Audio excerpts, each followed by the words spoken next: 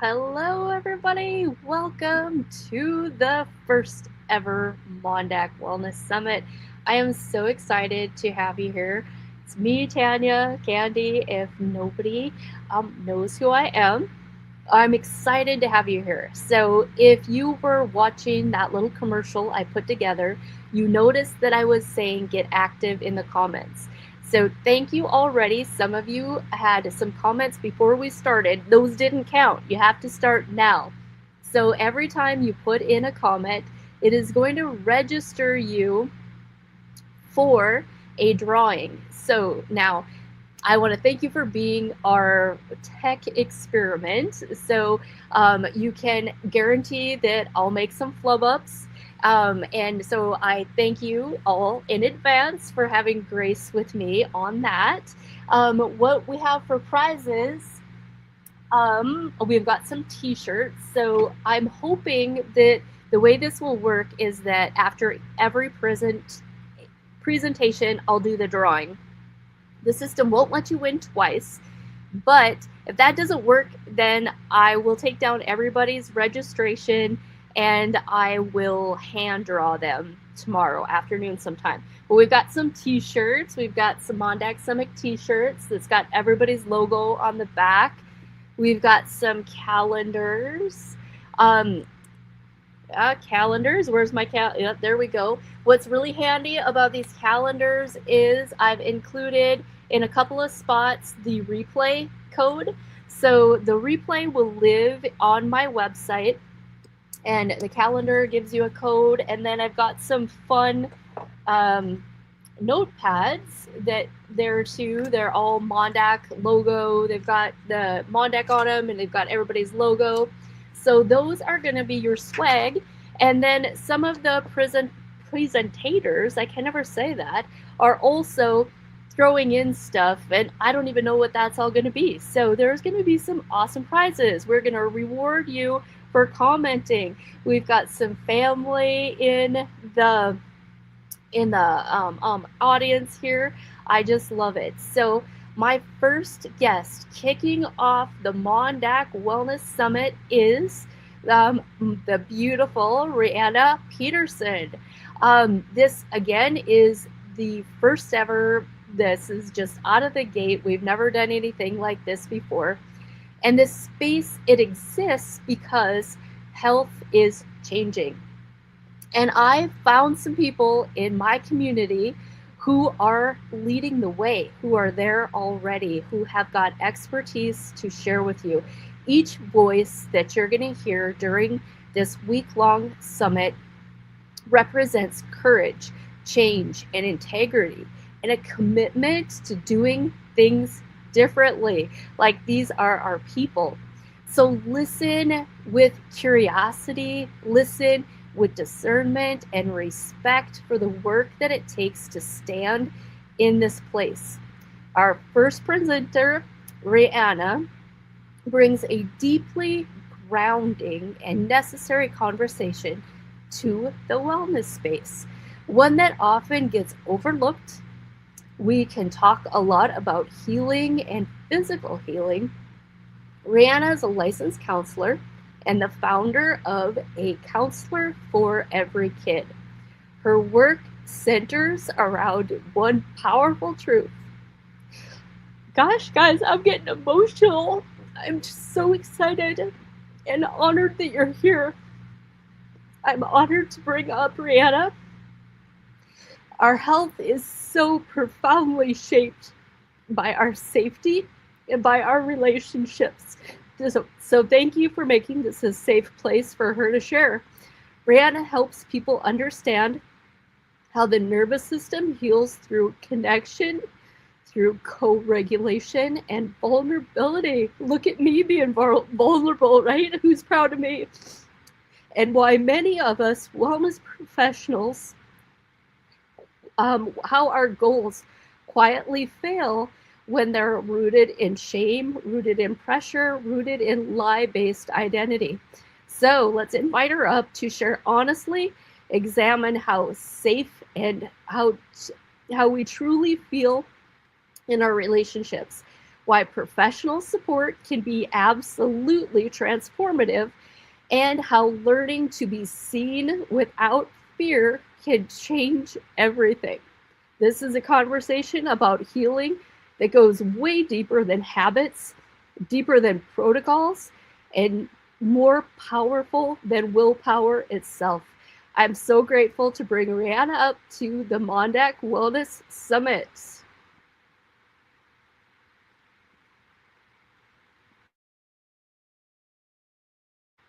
You're still muted. There you go. Can you hear me now?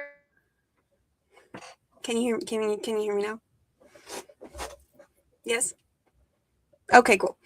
Oh, Mom. You're always more vulnerable than you think you are, though, Mom. So it's just so interesting because, like, I'm looking at my notes, which I just copy and pasted from the form. That I don't know if you mentioned the part that you are my mother, my beautiful mother that we are all so proud of for doing these cool, innovative things. And I'm excited, like you said, this is the first, I hope, of many. And it's just, I'm like, oh, wow, I'm like the first of this groundbreaking, exciting thing. So, but anyways, you put that I don't know, is that like an introduction about me from the stuff that I put in the form? And every time I like hear the things that I'm like passionate about from somebody else, I'm like, oh, that's like, that's a little deep. That's like, I'm excited, but I'm like, I do think I know what I'm talking about, but hearing it from somebody else, I'm like, wow, that sounds like good stuff. But I just wanted to point out also like what you said about the courage that it takes for us to be, I don't know, doing things different and stuff.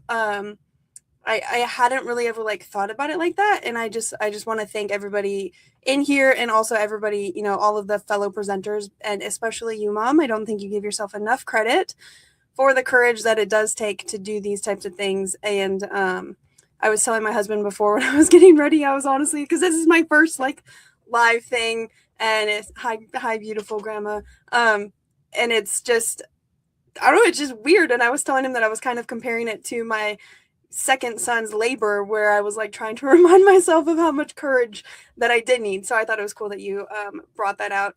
But I also was kind of intimidated when you had mentioned that I bring something that is grounding, because I don't feel super grounded right now. I actually feel not very grounded. So just a disclaimer out there that this is not necessarily the me typically in my professional life. I'm a little more grounded in my professional arena. But yeah, but I liked how grounding and necessary, I would definitely agree, are very good things to describe the things that I am passionate about. Okay, but I'm looking at my notes. But Mom, I first wanted to ask you if you have any questions that you think I should start with from the things that I put on the form.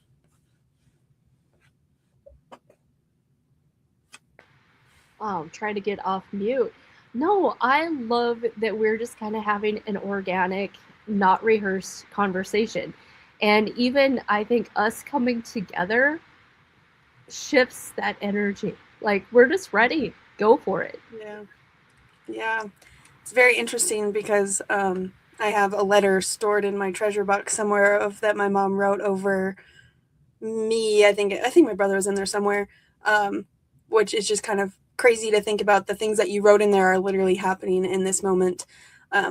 I don't know if you remember that, but maybe I'll share that for the next one when we're all a little bit closer. That's a little maybe too much to share with all these people that I haven't met yet, but maybe someday. So, okay, let me think about what would I want to share with everybody on here. If there was one thing that if I would want you to hear something that I have to say, is kind of like what my mom mentioned in the introduction, is truly the importance of like what we would call co-regulation. And something that I get really, I don't know, passionate about is like the whole nervous system thing is becoming quite a buzzword. And it is so important. It really is. I think spiritually, mentally, physically, it is very, very important. But my only concern with it is that a lot of times we're trying to change things about our nervous system just right now and for the future, and we aren't taking the time to really go back and figure out like, okay, how did this happen? Like, how did we get to the place? How did my nervous system get to where it's at right now? Like, and we could dive so far into, you know, your mental health and triggers and XYZ. And but the point is not really about that. I just really encourage people to, and like when I'm working with clients, whether it's in coaching or therapy, is like you have to go back to the past. You have to go to the past to figure out the present. And if I've learned anything through working with people, it's that is understandably very scary. And that's where I get so excited about the professional services. And I'm personally, as a counselor for every kid, I will say, like, kind of a disclaimer, I guess, the clients that I work with, I think there's maybe in my bio or something about I'm more with like young women. I have a coaching program right now that I'm working on developing called Finding the Language of You. And, you know, kind of my niche is working with women who might be mothers, but are like coming to the realization that like they don't have to be go, go, go. They don't have to be perfect, all of these things. But in general, for anybody on here who doesn't maybe fit into that, I noticed that there are quite a few professionals on the Wellness Summit. So if you're not planning to listen to the rest of the ones this week, I would definitely encourage you to, because it sounds like there's some professionals closer in the community that I would definitely encourage you to consider working with. Because my point being is that in order for us to really understand and heal our nervous systems, like I said, we have to go back to the past. And because that is so scary, it really is helpful to have somebody, a professional, who can walk that through with you. I notice in my career working with, I started in the mental health field working with young kids, like super young. I went to school thinking that I was going to be a school counselor, specifically like a high school counselor. And then I had the option to get my clinical professional counseling license. And so to do that, I had to have an extra internship, whatever it's called, practicum in a clinical mental health field. And my first job ever, I left because now, like in hindsight 2020, it was kind of a silly idea. But the town and the Boys and Girls Club that I was working in and the public schools came together, and we created this program called the Atlas program. And basically, every student in the Bartlesville School District was given the ACE test, Adverse Childhood Experiences, and we grouped together literally the most traumatized kids in the community, and we put them all together into one class. And now, even just now, as I say that, I'm like, oh, that was not a great idea. There was some really good things that came out of it. But anyways, that was like my first step into doing things different, because I found a book called The Boy Who Was Raised as a Dog, and I was actually reading it on my way back up to Montana to see family. And it was like the first thing that really put me into like this more holistic mindset. And again, like the courage to do things different.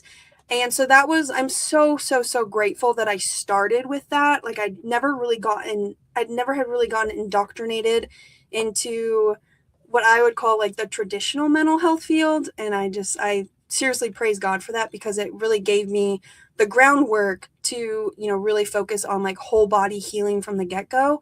And then that really expounded on really from my mom during, I don't know, what was it, like COVID? I think it was around COVID when you really started diving into the rest, like beyond like just trauma and stuff, and like the holistic mindset. And so over the last couple, what am I, like 5-6-ish years, I've really found the connection, I guess, between all of that, like trauma healing and healing the body and just our emotional health. And and then after when I started working with kids, then slowly I ended up working like with more adults. And no matter what anybody's story is, no matter how severe their trauma was, no matter how severe their depression symptoms, their bipolar symptoms, anything you want to call it, it would always come back to the same thing of, have you had the opportunity in your life from the moment you were born until now to engage in the process of grief? Have you been able to have somebody there for you from, like I said, from when you were little, that sees you, that makes you feel seen, safe, soothed, and secure? I use those 4 S's from Dr. Daniel Siegel. If you're interested in my mental health course, I say those so many times, but that's where I first learned it from. And we have to have that. We have to have that opportunity to stay in this cycle of grief. And like when I talk about grief, it's the gap between what you thought was going to happen, what you hoped and you thought and assumed was going to happen, and what has actually happened. And like I said, no matter who I was working with, which is where I got kind of burnt out, because I found myself like on replay of like, okay, I'm saying the same things over and over and over again, which has really kind of inspired me in some of the, what is it called? Different things that I'm working on creating now. Like created the mental health e-course, starter kit e-course. And like I said, right now I'm working on a coaching program that will kind of help people hear all of that without having to pay as much money for individual sessions, because I felt kind of bad because there's so much groundwork. Like I had to explain so much of just, what does it mean to have feelings? Like, what does that even mean? What does it actually mean to have needs? And what does it actually look like to grieve? And so my point being with that is that it takes knowledge plus connection. And some of those things that our nervous system is trying to heal from, our most well-meaning friends, our most well-meaning parents, and anybody in your circle, they still might not be able to make you feel seen, safe, soothed, and secure. And that is where the professional services can be worth every single penny. And I'll just be honest. I'll give you an example. Like if there was something in my marriage that I found out, whatever was going on, and then I start doing all the things that I do when I think about things, and I go back to my past. If something comes up where it's like something that I need to kind of process and deal with my feelings and my grief about, whatever it is, I'm not going to want to go to my mom because that's not fair to her, right? That's not fair for me to process all of those things. Maybe eventually it will be the building blocks for a great conversation between us, but there's sometimes I feel like, especially in the cowboy up culture, there's a gap between there's like a missing step of like, okay, first I need to process this on my own so then I can connect with other people in in the way that I want to. I hope that is making any sense. Is that making sense? Good. Okay. I'll keep going because I just get so passionate about this, and I have since moved away from like the MonDak. I'm licensed in the MonDak. I have people that I'm working with right now in the MonDak, but I'm physically in Oklahoma. And not that it's like nothing against anybody, because Oklahoma is just the same. Anywhere is just the same. Just the stigma against it's like there's just a stigma against true vulnerability. And I guess that's just what I get so excited about fighting against in this health space. But again, what I'm learning is that takes a lot of like, okay, but how do I actually do that? Like, it's not as easy as we'd like to think. Actually talking, feeling your feelings, it's not that easy. In fact, it's simple, but it can be quite difficult. And that's where a professional can be so helpful. And it's not glamorous. No. It's not glamorous. No. Like when you're talking, it reminds me so much of, and I'm sure you remember all my stories. For years, I worked in corrections. I was the jail nurse. And, when you talk about that safety, security, all your S's, well, nobody that I ever sat with in jail that was there for whatever reason, that no 5-year-old says, when I grow up, I want to be an addict. When I grow up, I want to be in and out of jail. So that grieving, there's so many people who have never been helped through the process of letting go of that coulda, shoulda, woulda. Or maybe they had the expectation that, I would say, if you ask me, my 6th grade me, I was going to be a Dallas Cowboy cheerleader. Like, that's what 6th grade Tanya was going to be. I knew I really wasn't. But those things, right? If you were going to have the family farm or whatever, and life got in the way, it's a grieving process. Breakups are a grieving process. Letting go of what you thought something was going to be. Yeah, and what I've really, I'm working on this in my coaching program too. I just kind of had this realization of like, oh, I like to learn this way. That doesn't necessarily mean everybody likes to learn this way. So trying to like, okay, but like I like to like teach me, I look up at my bookshelf and I have so many books that I have read. The Body Keeps the Score, everything about like, I want to learn, like, give me the full picture, tell me how this works, and then I want to break it down and, talk with people about it. So I guess I've really implemented that in my professional, career and how I work with people, which is how I've created so far the Finding the Language of You coaching program that I'm doing right now, because I've gone like step by step. And what I have found though is like people really like to learn about their bodies, which you've probably seen this too in more of like the physical health. Like, I guess there's a disclaimer because my passion, my niche is definitely more of like the heart issues. I like to know how my heart connects to my brain. You are much more better at learning all of the other things, and a lot like, I don't even like the gut and all of those things, which I know are important. So I have found that people like to learn in certain things. So I guess I connect with people who also want to learn more about like how their brain developed and their heart specifically, if they want to learn more about like, oh, what is it called? Like, I think they call it like your gut, your third brain or whatever. That's not totally my thing. So, but anyways, I have found that people like to be taught.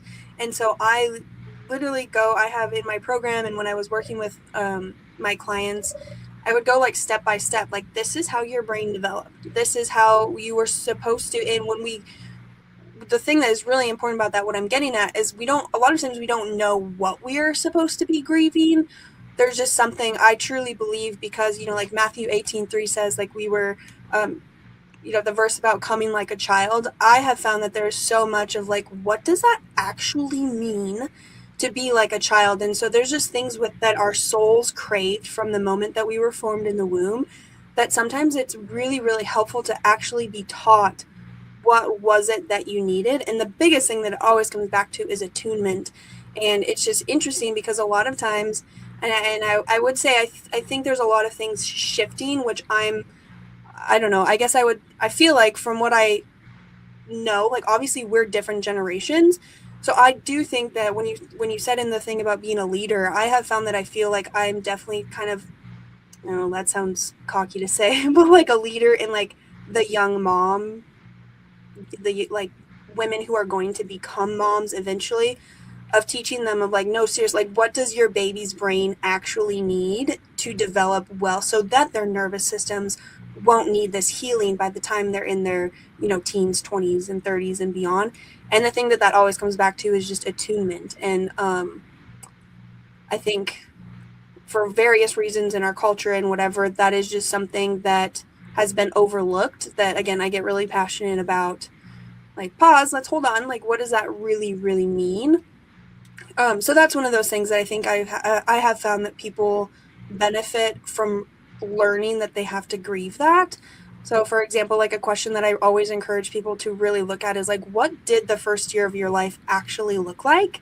And that can be very interesting to go into, because a lot of times when people think about childhood, they just think about when our memories start to become conscious, right? When we, a lot of times people think about like when your first memory was, typically around the ages of like 4 and 5, but actually the majority of your brain actually developed before you even turned like, not, I shouldn't say the majority, before like, even before like 2. And so there's just so much that goes on. And then another thing with that though, that I always like to help people explain is that, it's not right or wrong, right? Like, for example, one of the things that my mom did for me that I won't do for my babies is I cried it out, like like for sleep training. And if you have done that to your babies, like, no shame, that's fine. But I will tell you that I don't want to argue with any of the sleep trainers out there. However, I have cried. I have journaled about when I started to try to decide what I want to do with my baby's sleep. My body, my nervous system in those moments grieved the fact that I didn't have that attunement going to sleep at night. So that's just one example of like, those are those things that I would have never I would have never thought until kind of coming into this knowledge that that's something that would have impacted my nervous system. So point being, like, there's just little things like that are really helpful to know and to understand. And sometimes finding out the answers to those questions can be scary. And again, cue the help of a professional that can help you kind of hold space for that, and that can really help you see and understand that. And I like I said, I just get so passionate about kind of paying, and I know sometimes people get frustrated because it's like, I don't want to pay for somebody to just talk to. And it's like, I get that. I do understand like kind of the hesitations. Trust me, I'm pretty, what is it called? Pretty frugal. Like I don't do my nails. Like I don't spend money on super silly thing. I feel like food in my clothes is about like the most of what I spend money on. But it's so much more than that. Like when you pay for a professional to talk with, to kind of share your heart with, again, you're putting an investment into your healing, into your growth. But however, how am I doing? Okay, I have like 15 minutes. Yeah. I will say though, however, not every professional is the same. And that's where I got really passionate about the mental health starter kit course that I created, was because I have just heard so many stories of, people who were finally at that point. They were finally at that point of like, all right, I'm ready. I'm ready for help. I know that whatever it is that I want to work on, or they have this realization of like, yeah, I can't actually talk to anybody in my circle I want somebody to talk to. And so they get this courage, and it just makes my heart break for all of these people who finally got to this point of courage, this point of like, I will be so vulnerable. And then they were met with a therapist who didn't make them feel seen, safe, soothed, and secure. I mean, I've actually even worked with people who it did the opposite, and they got to a point where they didn't know how to leave the therapy because they felt like they would be, chastised or in trouble. I have worked with people who have kind of shamed the client and whatever, and so stuff like that just absolutely breaks my heart because I'm just having like all these flashbacks of like being in sessions and like getting emotional and like trying to like stay calm to think that like this client that I'm working with was ever treated that way by another professional. Oh, it just makes me so mad. Anyways, so that is why I created my mental health e-course, was because not only that, but people, like so many people can accidentally waste so much time and money by going to therapy, and they didn't even think about like, what are my goals? What do I want from a therapist? What am I looking for? Oh, I didn't know my insurance could pay for this. What? Like those are the things that get completely overlooked, that I'm really glad that I was able to put something together to help people in that process. Because yeah, it takes courage to decide that you want this connection with other people, and then there is a way to do that well. And I think a lot of people just don't know that, and they don't realize that. And so I'm hoping with that and some of the other resources that I like to create and make will just help people have encouragement to try to connect with, to connect specifically with a professional.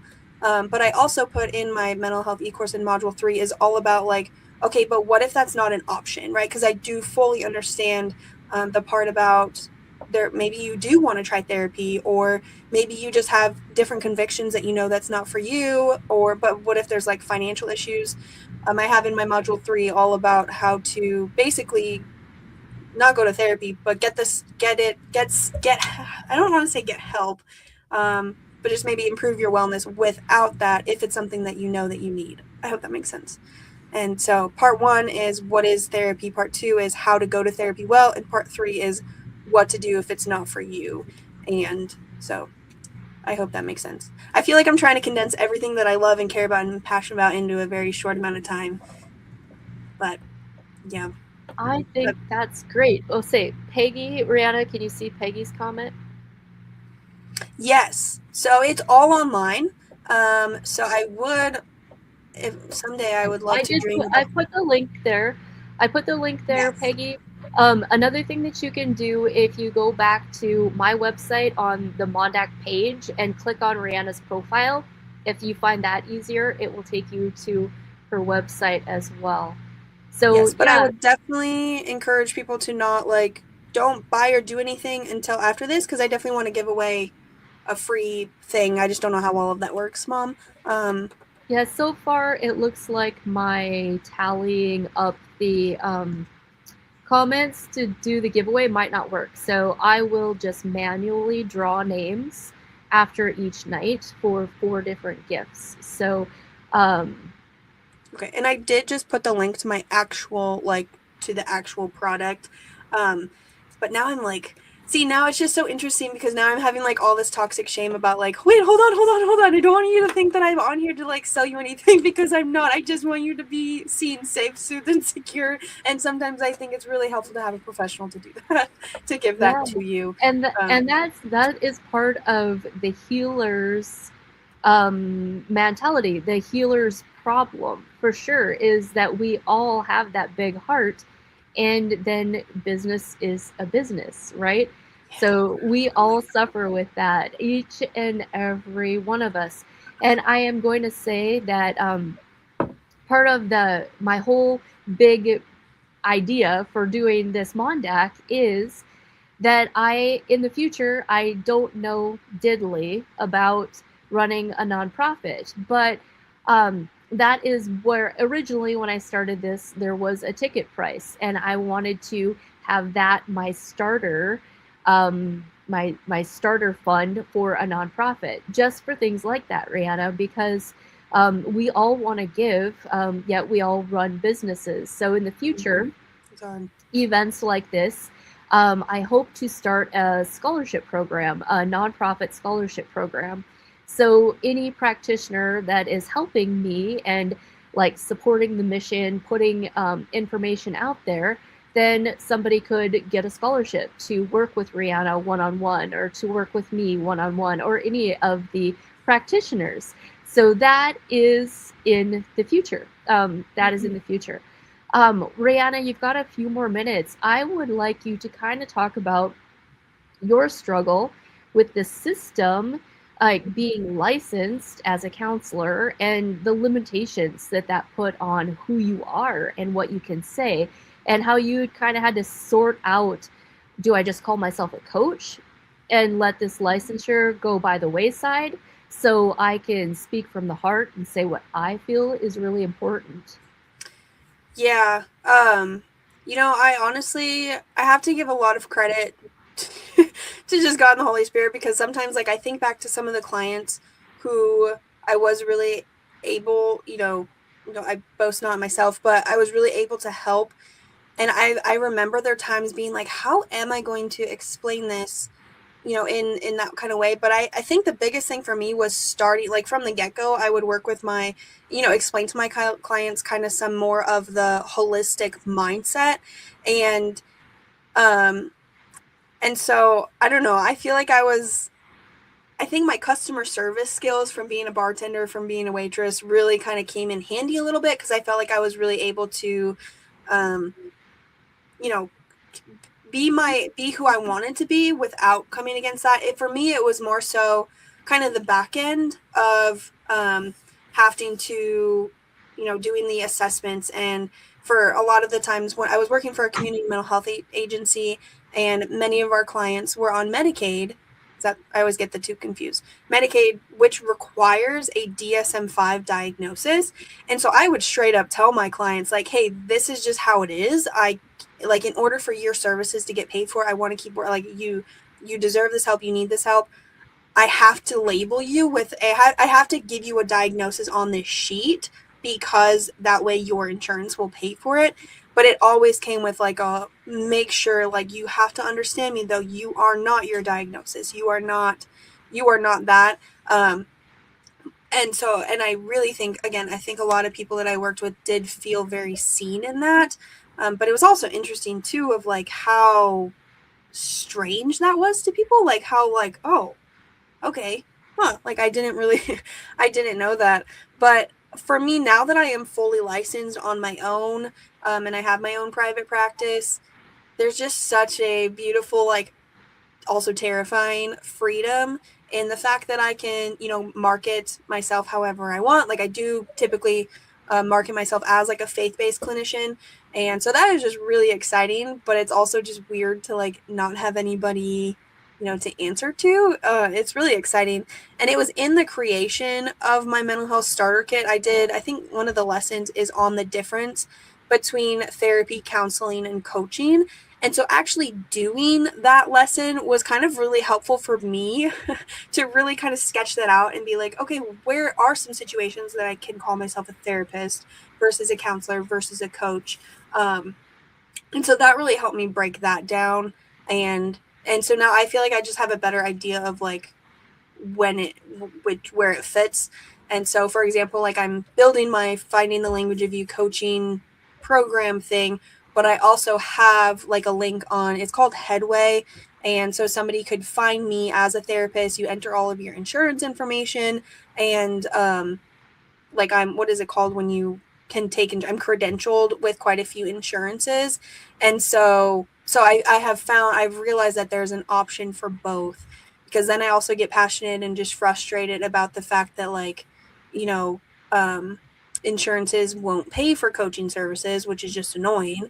So again, and that's something that I talk about in my mental health e-course, is that, like, if you look into your insurance and you find out that they're pretty generous when it comes to mental health therapy, go to therapy. Like, even if you don't love the idea of being in that system, like, if you know enough going into it, you won't be fooled by it. Does that make sense? And again, that's something that I teach in the e-course of, like, these are some questions that you want to make sure to ask a therapist before you spend a second in their office or before you spend a dime on their services, so that, again, even if they're in that system, you don't have to be in that system.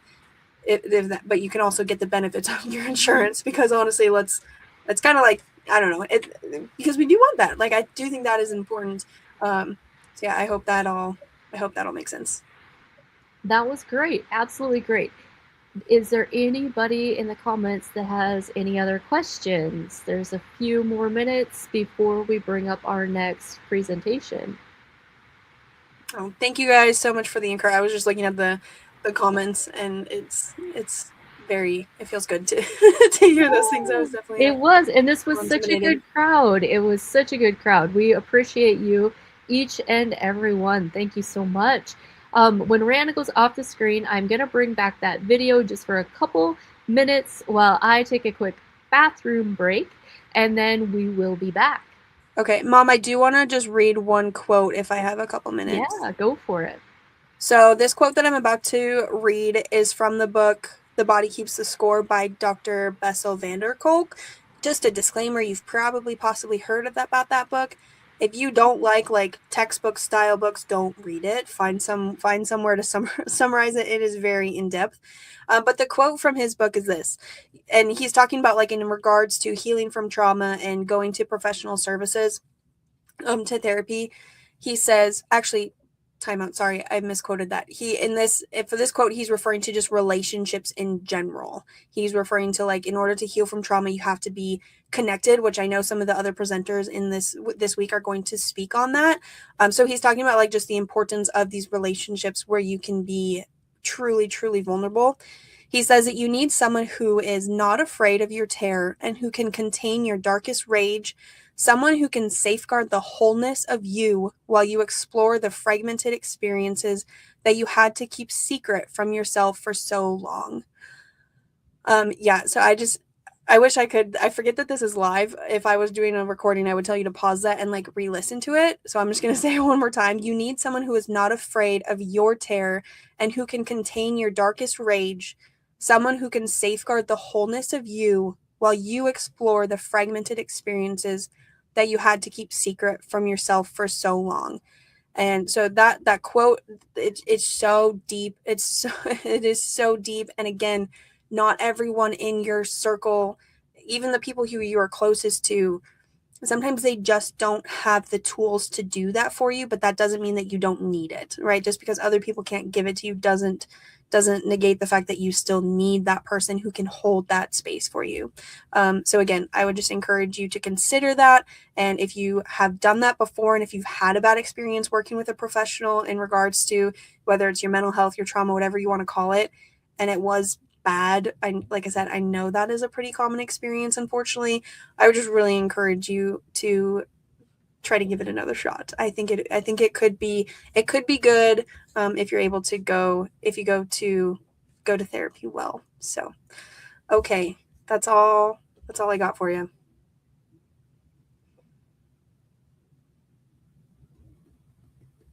I don't know what happens here because I think my mom may have ran to the bathroom. So let's see if I can find another quote for you. I'm still here. I'm still here. I'm still here. I figured out the drawing, everybody. Yay me! That was fast. The winner is Leona. I don't know how to say your last name. I don't know. Kanapkewicz.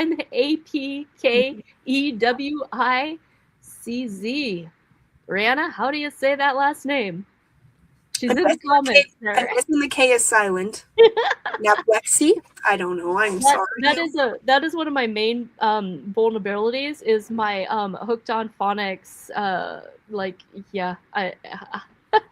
I could never be a radio announcer. So we did get a winner. Woohoo! Awesome. Leona, where are you from? Are you able to stop in at Awaken Wellness and pick up your prize?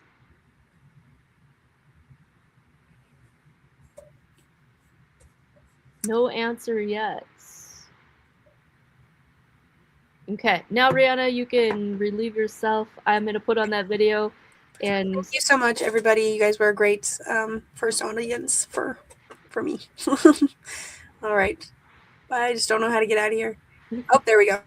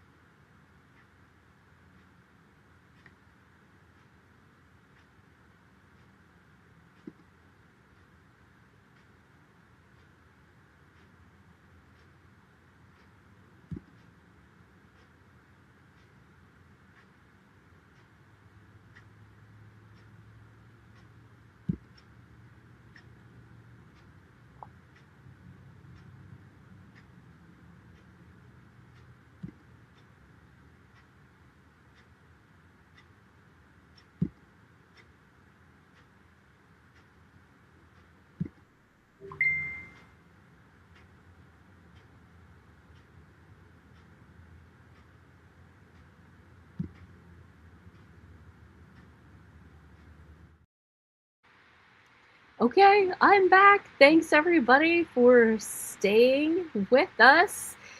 Oh, this is just so much fun already. What a great crowd. Thank you for getting in the comments. Keep it up, keep it up. I think I think I should be able to give away another prize at the end of this next presentation. So, the summit is not about fixing everything tonight. So that's really important to keep in mind. It's about exposure, it's about connection, it's about planting seeds.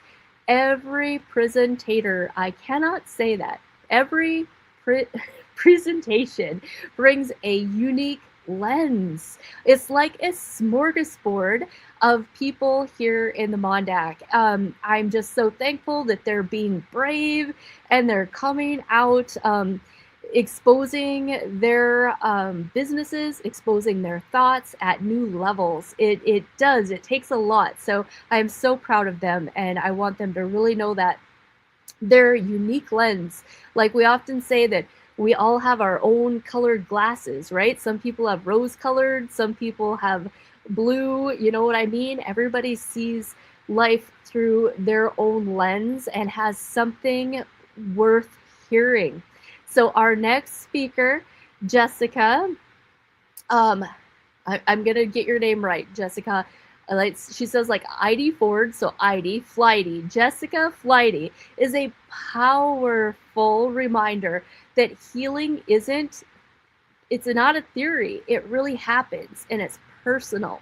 After a life-altering car accident abruptly ended her career as a esthetician, Jessica was told she may never fully heal. So instead of accepting that outcome, she turned her recovery into a mission. Today, Jessica partners with a wellness professionals to enhance and extend what they're already doing, using safe in-home based healing technologies that support healing on a deeper level. So welcome. You're going to hear her compassion, her experience, and a little bit of science. Welcome to the stage, Jessica.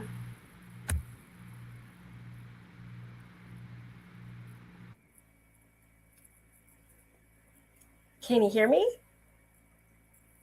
All right. Thank you so much for that introduction, and what a great presentation. Earlier I was listening to Reanna. It's a really tough act to follow. So welcome. Who here has ever had something happen so suddenly that your body and your whole life split into two? There was the before you and the after you. Living in a body that didn't feel like yours anymore. And maybe that you're quietly wondering, is this just how my life is going to be now? If this sounds like you, pop a 1 in the chat.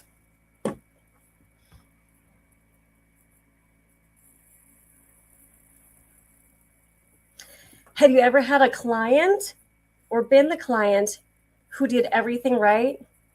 Therapy, pills, surgery, rest, and still didn't heal? If you know how frustrating that is, pop a 2 in the chat. All right, we have some people. Well, what if the real problem isn't the injury, but it's that the body simply forgot how to heal itself? And what if there was a way to help it remember? Who would like to know about something like that? Drop a yes in the comments if you'd like to know about something like that.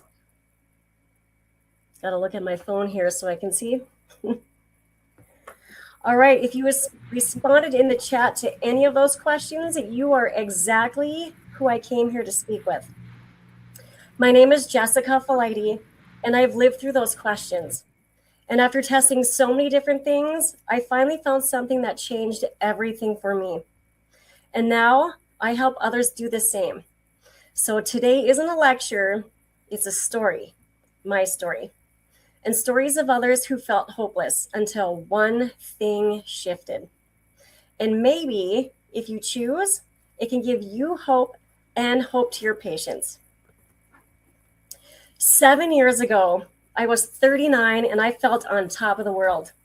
I was a paramedical esthetician, a career that I loved, using my hands with precision to help people feel beautiful and confident every day. And I was extremely active. I water skied, snowboarded, golfed, did yoga, anything just to be outdoors. Life was good. And then one day, everything ended. Let me tell you what happened to me. I was a passenger riding in a pickup. The tire caught the edge of the road. The driver overcorrected and we rolled 5 times, I was told. I was thrown out of the back window like a rag doll from one side of the ditch to the other. Both wrists shattered. Multiple ribs broken, my shoulder blade crushed, my neck damaged.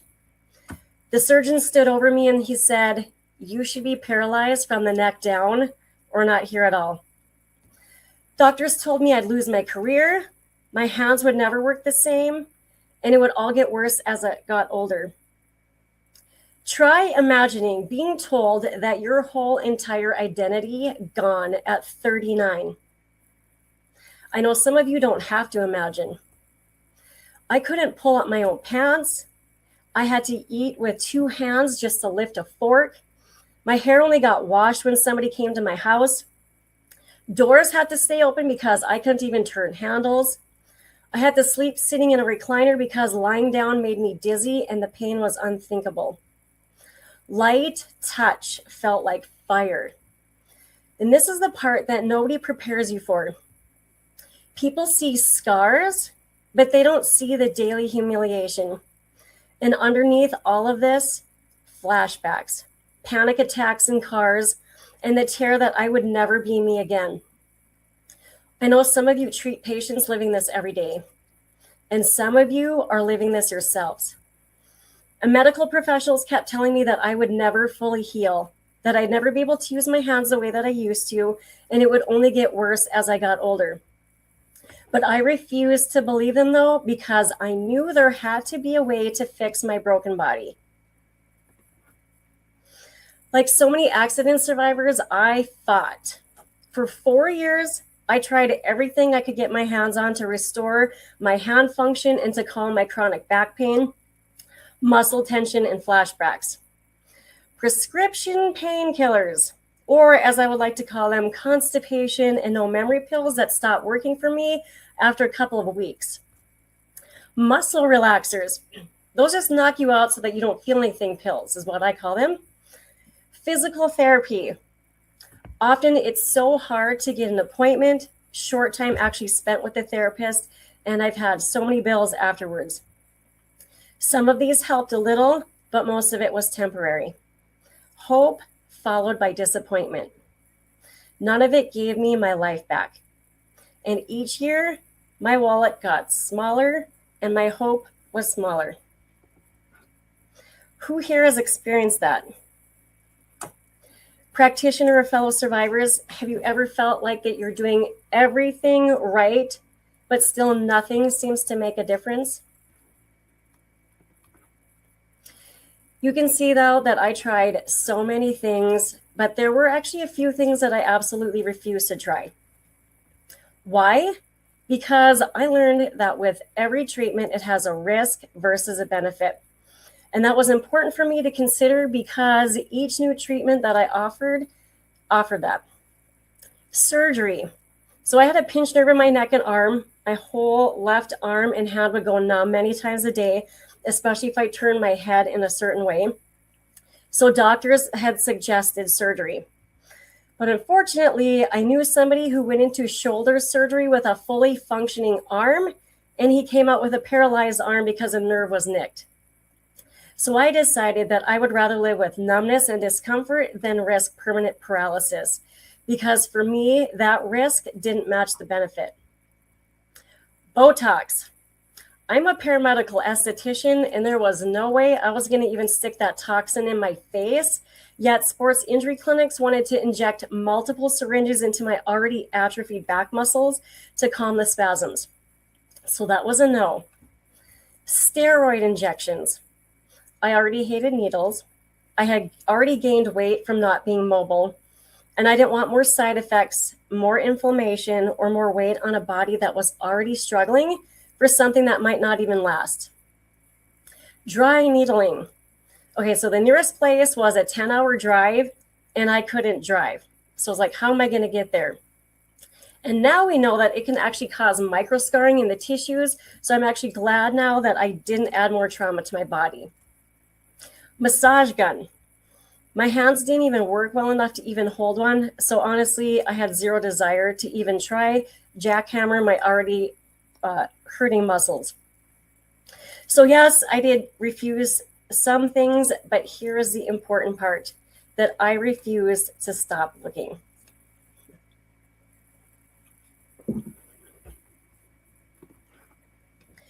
After 4 years, I hit the point that nobody talks about. I started planning on how to not be here anymore. I pictured myself 50 years old, living in assisted care, unable to use my hands, and I couldn't survive having that thought. And I know that someone in this room understands that kind of thinking, whether it's their own thoughts or the hidden thoughts of your own patients. That is why I am here, because accident survivors don't have to reach that edge. So often people think healing is just about bones and muscles, but it isn't. We all know that it's so much deeper than that, don't we? It's identity, it's independence, it's dignity, it's confidence, it's sleep, it's memory, it's touch, it's fear. It's watching everyone else live their life while you're sitting in a chair, exhausted from doing nothing, and a body that is always protecting itself stops circulating and stops communicating. And you're just told to live with it. Here's what nobody told me after healing from an accident. Simple tasks that I used to take for granted were now a nightmare. I couldn't lift my arm due to my broken shoulder blade, so I couldn't wash or brush my hair. My hair only got tended to if somebody came over to my house to wash and brush it, which was usually just once a week. I could only put on a shirt if it zipped up, and that was even a challenge because I only had 3 working fingers to try to zip it. Getting into the fridge to get food was even a painful task. I had to have people put liquids into smaller, lighter containers that weren't closed because I couldn't use my fingers to open any sort of lid or top. My doors had to remain open in my apartment so that I could get outside, and I had to use my foot just to open the other doors. When I traveled to my appointments, the person driving would have to open the bathroom doors for me to get in, and then I'd have to kick the door so that they knew it was time to open the door to let me out. Getting into a vehicle and trying to bend just right that didn't hurt, or trying to sit down without the use of my arms or hands. I had to kick the handicap button open to open the door just to get into the hospital to get to my physical therapy appointments. I couldn't lie down in bed because I couldn't even get into bed, nor could I lie flat on my back without wanting to pass out due to poor circulation. So I had to sleep in a recliner so that I didn't get dizzy, and that was a challenge because everything hurt and was broken from the waist up. Anything that brushed lightly against my hand skin made me want to scream and go through the roof in pain because everything was hypersensitive. And because my right side of my body was damaged, my left side started to overcompensate, which showed up a year later with new aches and cramps. Physical challenges can sometimes be temporary, but it's the emotional and the psychological aftershock that takes the longest to heal. I cried every time that I had to go to physical therapy. One reason was because it was just physically a lot to even get there, but mainly it was because of all emotions that bubbled up as I sat in the lobby just waiting for my turn. I was anxious because I realized that I was going to physical therapy because I wasn't normal anymore. My body was broken, and I couldn't do the simple tasks that I never used to have to think about to even do them. Now, I have to learn how to button up a shirt like I'm a kid again, to grab a pencil, and to pick up a glass and move it to my mouth. My career depended on my recovery, and I was scared, sad, and angry all at once. What if I can't use my hands again? Will I have to go back to school? Can I afford to start my life over again at my age being single? I stopped going out in public except to walk to go get a few groceries. I had social anxiety because people would come up to me and ask why I was walking weird and why I had scrapes on my arms and face. People would always ask me about the car accident and ask if I remembered flying out of the vehicle. Outsiders never realize what's actually going through your mind post-accident. They think that they're being caring by asking, but really it just sends you on an emotional roller coaster that you would rather forget. I couldn't even watch a movie with a car going fast without having a nervous breakdown. Any slight movement as a passenger in a vehicle would trigger me. I wondered, will life ever be great again? Or is this just what I meant to live with? One day, after 4 years of testing so many things and losing hope that I would ever be normal again, something kind of weird happened. I was visiting a friend and she said, "Jessica, lie on this mat that I bought." And I laughed. A mat? After everything that I've tried, how is this mat going to help me? But I lie on it, mostly to be polite, and something happened. Not dramatic, not fireworks, but something inside my body woke up, like circulation whispering back into my life. I went home and I did what all skeptics do. I researched, and then I tested it myself every day, like brushing my teeth. 3 days in, my grip was already getting stronger. My back pain already started to change from sharp to dull. And for the first time in a long time, I actually slept throughout the night. 3 months in, I forgot that I'd ever been thrown out of that pickup because I could now open doors, I could cut food, I could drive without my hands locking up, and I could actually stand without needing a chair in the room. And eventually, I did something that I thought I would never do again. I gripped a ski rope and I slalom water skied. And I cried, but not from pain, but because I finally got my hands back and my body. So you might be wondering, is this mat actually magic? No, it isn't magic, but it simply helped my body get the circulation, the electrical signaling, and the oxygen it needed to do what bodies are designed to do: heal. It was the first thing that didn't demand more effort from my broken body. 8 minutes, twice a day, that was it. And trust me, if it required discipline or behavior change, I would not be standing here. Okay, I know I promised no lecture, but if you're someone like me who is big into how the body works, I want to show you this quick video. You're going to see what's happening inside of the body before lying on the mat, 3 minutes on the mat, 6 minutes, and 22 minutes after the full 8-minute session on the magic mat. I also want to point out that this video is of a 35-year-old male under stress, no other health issue. So what you're looking at is the microcirculation. And what you're seeing is a capillary and arterial on the before laying on the mat and 8 minutes after the 8-minute session. The second screen is of a venule. And this is eliminating waste from the body. And you can also see there are some white circles. Those are white blood cells, which are our immune system. So it's like the cops on the street protecting us. The capillaries, arterioles, and venules that make up 74% of our circulatory system. Some of you might still be thinking, okay, how does this mat actually heal? Okay, it uses a low frequency that increases your microcirculation. The way I like to think of it is like a wireless charger for your body. You know how you can lay your cell phone on a charging pad instead of plugging it in? It's like that, but for humans. So when you lie on it, it helps open up tiny little blood vessels. It supports oxygen delivery. It helps remove waste like CO2, and it gives your cells the environment that they need to work again. Most people don't feel anything as they're on it because there's no heat, there's no vibration, and there's no shocks. But just like you don't feel your hair or your nails growing, things are taking place under the surface. So this is what is taking place in the body, as like how in that video you saw previously about the blood flow before and after, how sluggish that blood was before lying on this mat, and how fast it was moving after 8 minutes lying on this mat.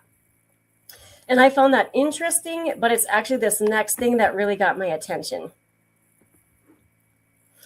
Who here has ever tried to change your diet or exercise routine? Put a Y in the chat. Yep, I sure have. And why is that so difficult? Because it requires a change in behavior, correct?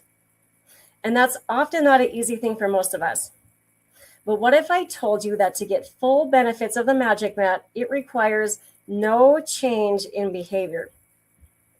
This Magic Mat is a great team player when it comes to working with other devices or other treatments.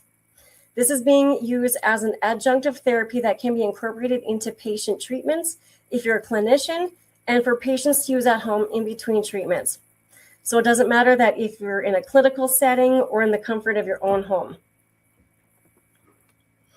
The basic protocol for maximum benefits is 8 minutes in the morning and 8 minutes in the evening on a full body mat. That's it. Easy, right? You can put the full body mat on top of your body if you are immobile and can't get out of bed, the recliner or hospital bed. You can be on the couch, recliner, massage table, chaise lounge chair, floor, or on a rug. You can even use it outside in nature.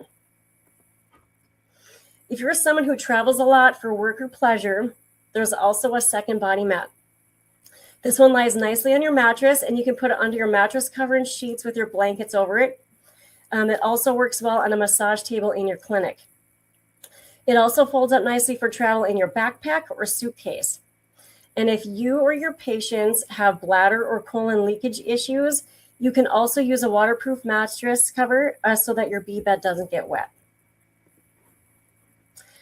Maybe your body isn't fully broken like mine was, or maybe you've just got one main injury or one main sore spot.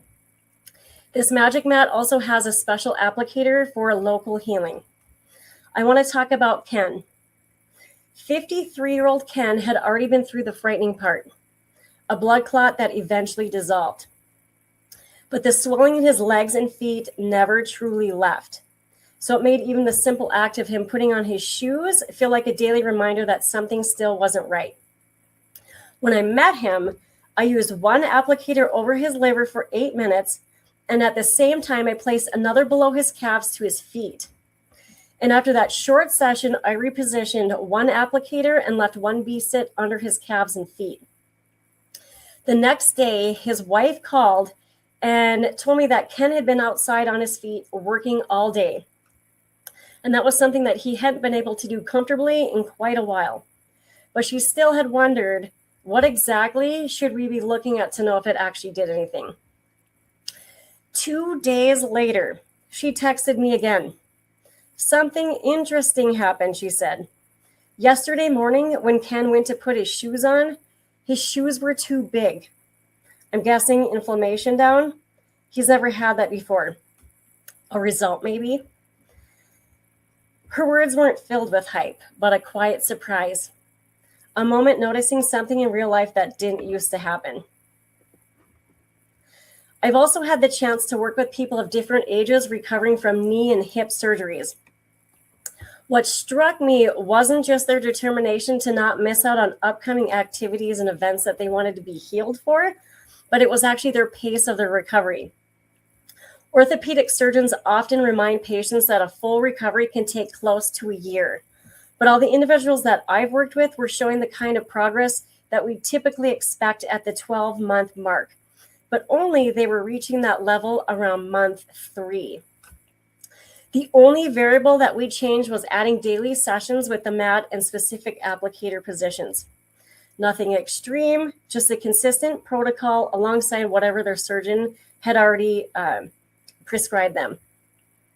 So I'm not claiming that it replaces rehabilitation or medical care, but what I am noticing is this approach seems to support the body's natural healing process in a way that I didn't expect.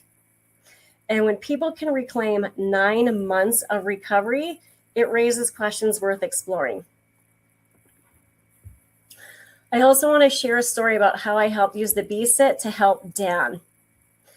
At an expo earlier this year, I met Dan, a 71-year-old veteran who was working the booth next to me. He asked about the mats in my chair, and when we began talking, he quietly shared some pieces of his story. For years, he had lived with nightmares from his military service. He relied on a walker because any kind of distance was exhausting. And with a mix of embarrassment and honesty, he told me that even his relationship had been affected. He hadn't been able to perform in the bedroom in more than 2 years, even with taking the blue pill. Since we were together for 3 days, I asked if he'd like to try some sessions and just see if anything shifted for him. And I did 3 times a day for 3 days. I had him sit on the B-Sit. After the first day, he came over with a surprised look on his face and said he had walked to the bathroom without his walker, only resting once. And that night, he told me he slept straight through the night for the first time in a long time. On the 4th day, he sent me a text that I would never forget. Just 4 words. "I got it, Geronimo." And that was his way of just saying that he had gotten a piece of his life back. The B-Sit is also used for temporary or long-term wheelchair use. And if you've had an amputation, the B-Pad is great to relieve swelling, to help nerve damage issues, or assist in healing irritations from a tight or rubbing prosthesis. I want to share a story about Sherry. When I first met Sherry, she had just been sent home from the hospital with severe swelling in her amputated limb. They told her that there was nothing more that they could do for her. 2 days later, the swelling became so painful that she ended up back in the ER. Because of how swollen her limb was, she couldn't even put her prosthesis back on. They sent her home again, and this time with compression stockings. But the discomfort didn't change, the swelling didn't let up, and she was still stuck, unable to move the way that she needed to just to function day to day. A close friend of hers reached out to me and asked if I could help in any way. And I told her the truth. I don't know if this is going to help her, but I really think that we should try. So I focused on 2 areas, her limb and her liver. And I repeated a simple routine that she repeated every 3 hours. What happened over the next few days surprised all of us. By day 3, the swelling had come down enough for her to put her prosthesis back on. But it wasn't just the swelling. She told me that her limb was stronger. Her prosthesis foot wasn't dragging anymore, and she could actually stand and walk with more confidence, something she hadn't been able to do in weeks. Watching her reclaim that bit of independence, that's the part that stays with me. It reminded me how deeply people want their bodies back, and even in those small ways, and how meaningful those shifts can be for someone who's been told, there's nothing else that we can do for you.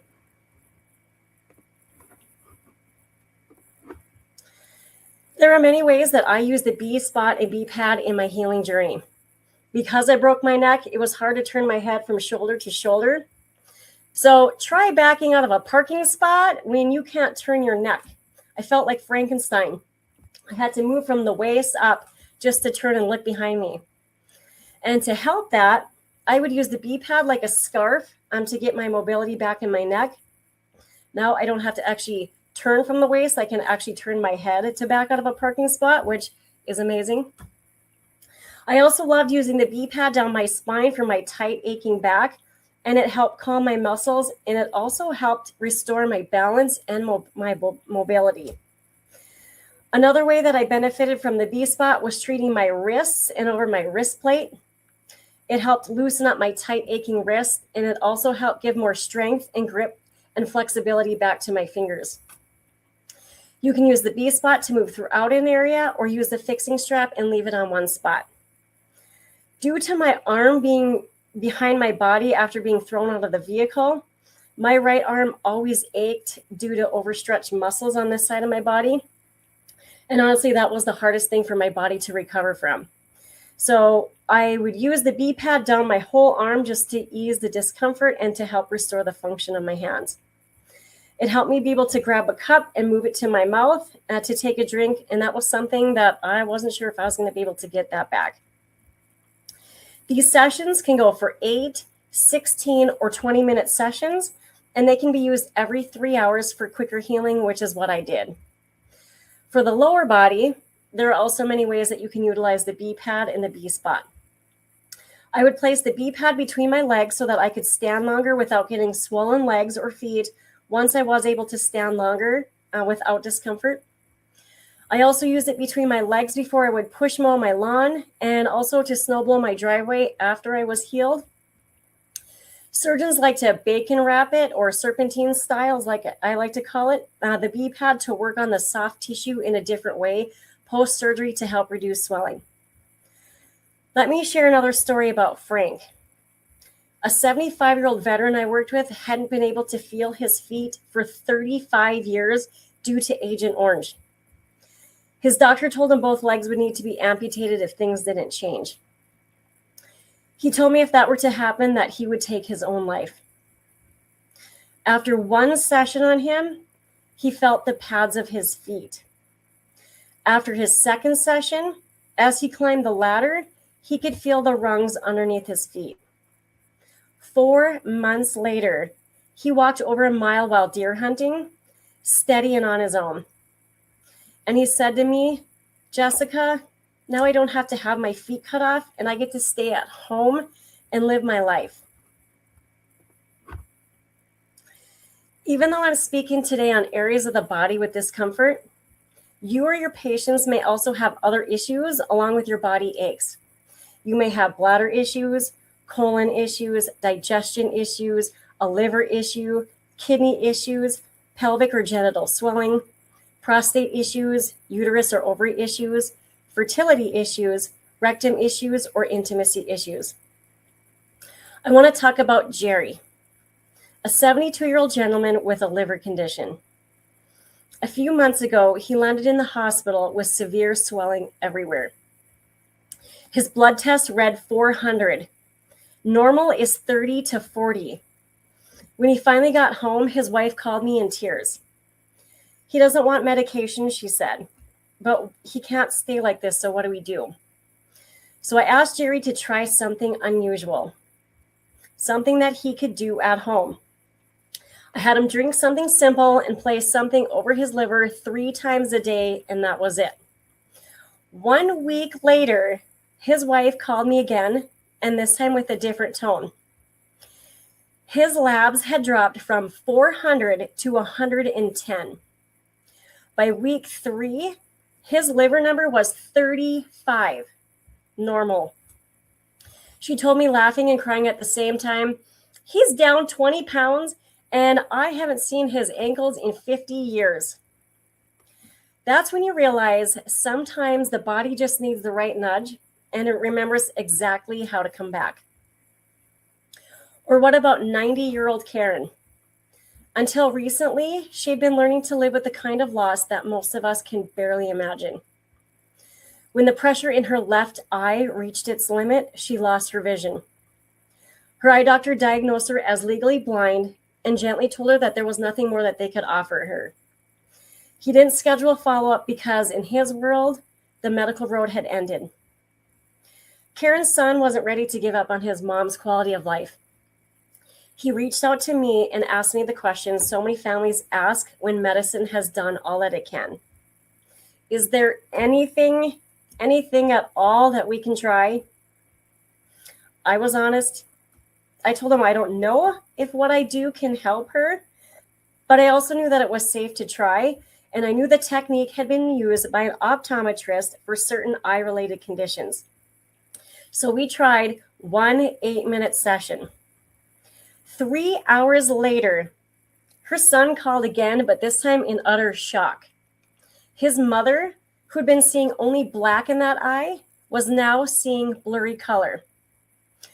Over the next month, I saw her 5 more times using the same technique. Slowly, she went from darkness to color to shapes to the world beginning to come back into view.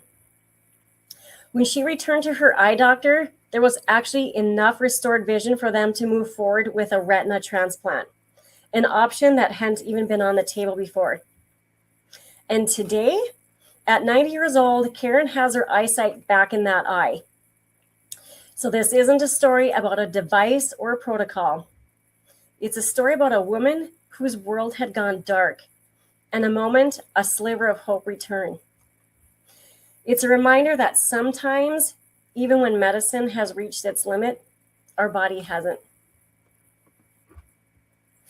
The PEMF wave can go through casts, mesh, and even if you have plates, screws, or rods inside of your body, that is not a problem. To my medical professionals, healers, and therapists in the room, recently I was listening to an interview with Dr. Thomas Lodi that I believe is especially relevant for clinics offering IV therapy or internal peptide treatments, and frankly, taking any sort of supplements and vitamins internally. He explained why pairing IV treatments with a microcirculation session, such as the Magic Mat, can make such a significant difference. And this is what he had to say. My patients, they come in with stage 4 cancer usually. I'm lucky if they're stage 3. They've had chemo, radiation, and surgery, and they usually come crawling in. And they've been told that they have 3 weeks to live, a month to live. And of course, it's extremely challenging, so we do everything possible. And now that includes the Magic Mat. And the way that we worked it into our program is that since it opens the microcirculation, which, so think about it, is if we're giving a therapy intravenously, the microcirculation is shut down, it's going to shunt. It's going to go to the arteries, to the veins, and it's going to miss the target. And the target is the tissues, the cells. So it wouldn't matter if I'm putting in the best therapy in the world in that vein. If it's not going to the target, then what's the use?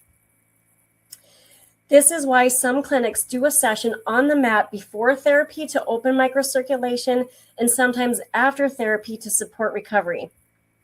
This Magic Mat is not going to replace you or your healing therapies, but it is here to work with you as a team player, an adjunct that makes whatever that you do already more effective and with less wear and tear on your hands and body.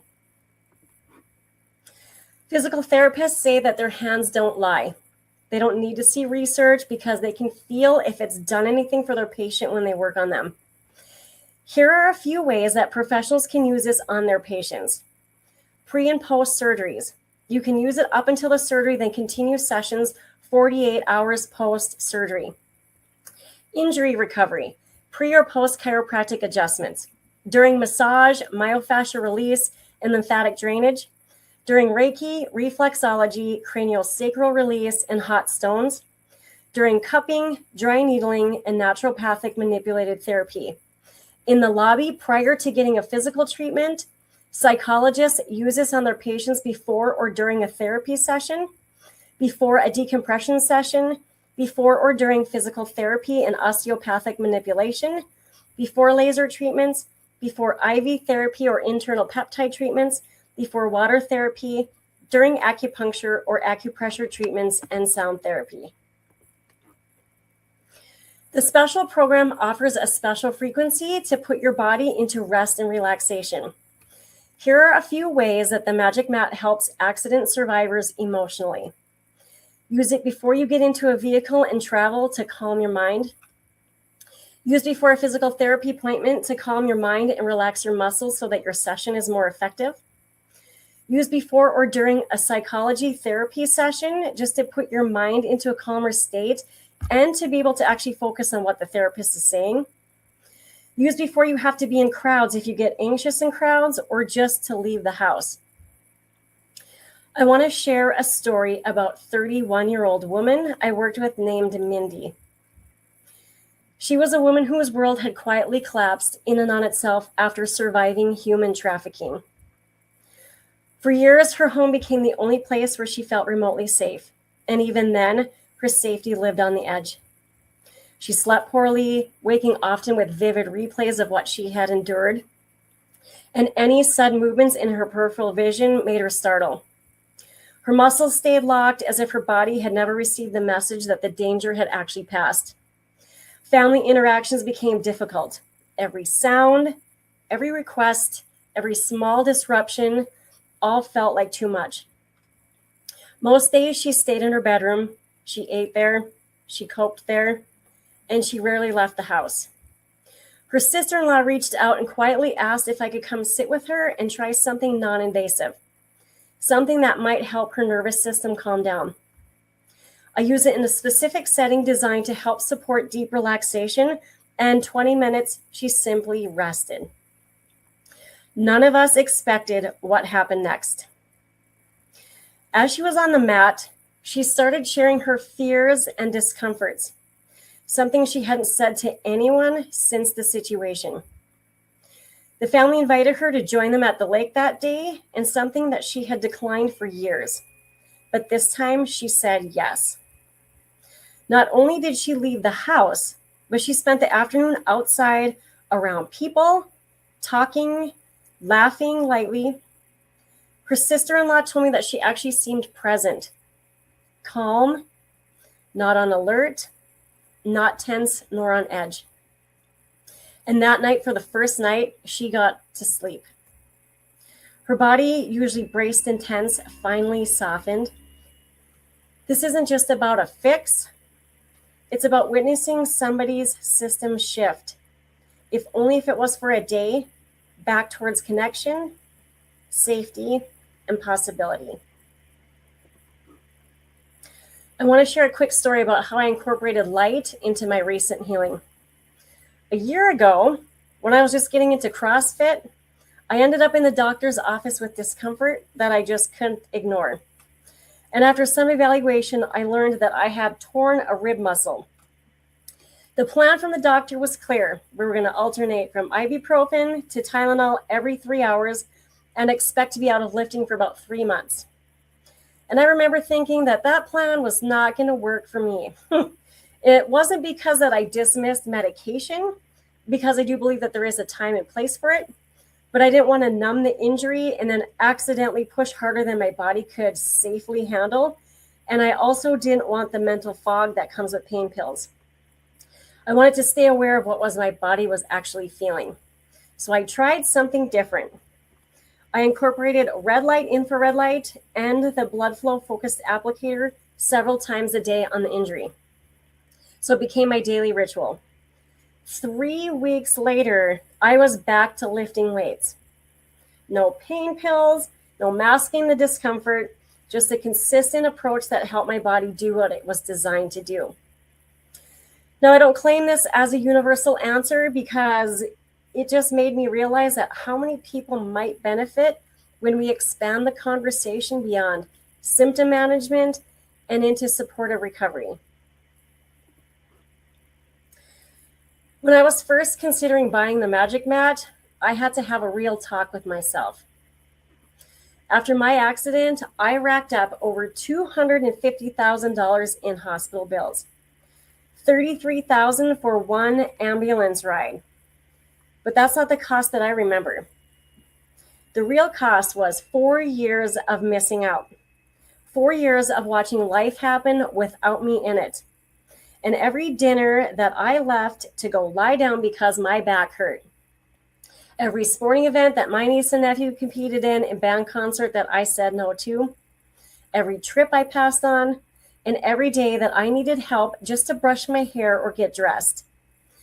The first thing that I used to do when I walked into a room was to find the nearest chair and sit down. I didn't just lose mobility, I lost me. And that's the cost that I want you to think about. Because maybe you or someone you treat is paying for it right now.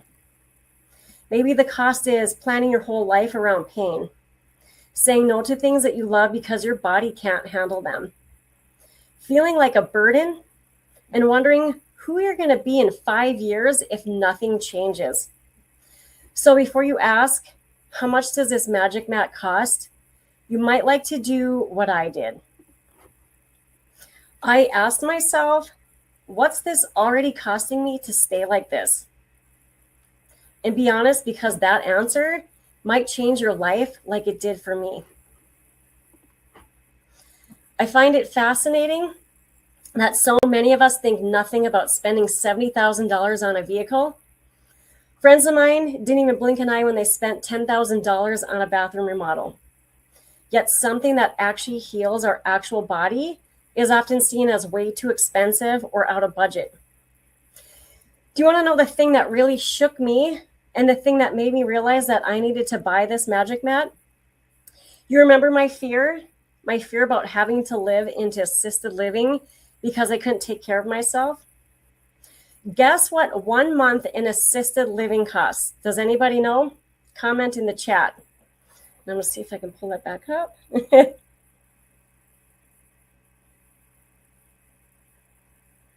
Any guesses on the cost of assisted living?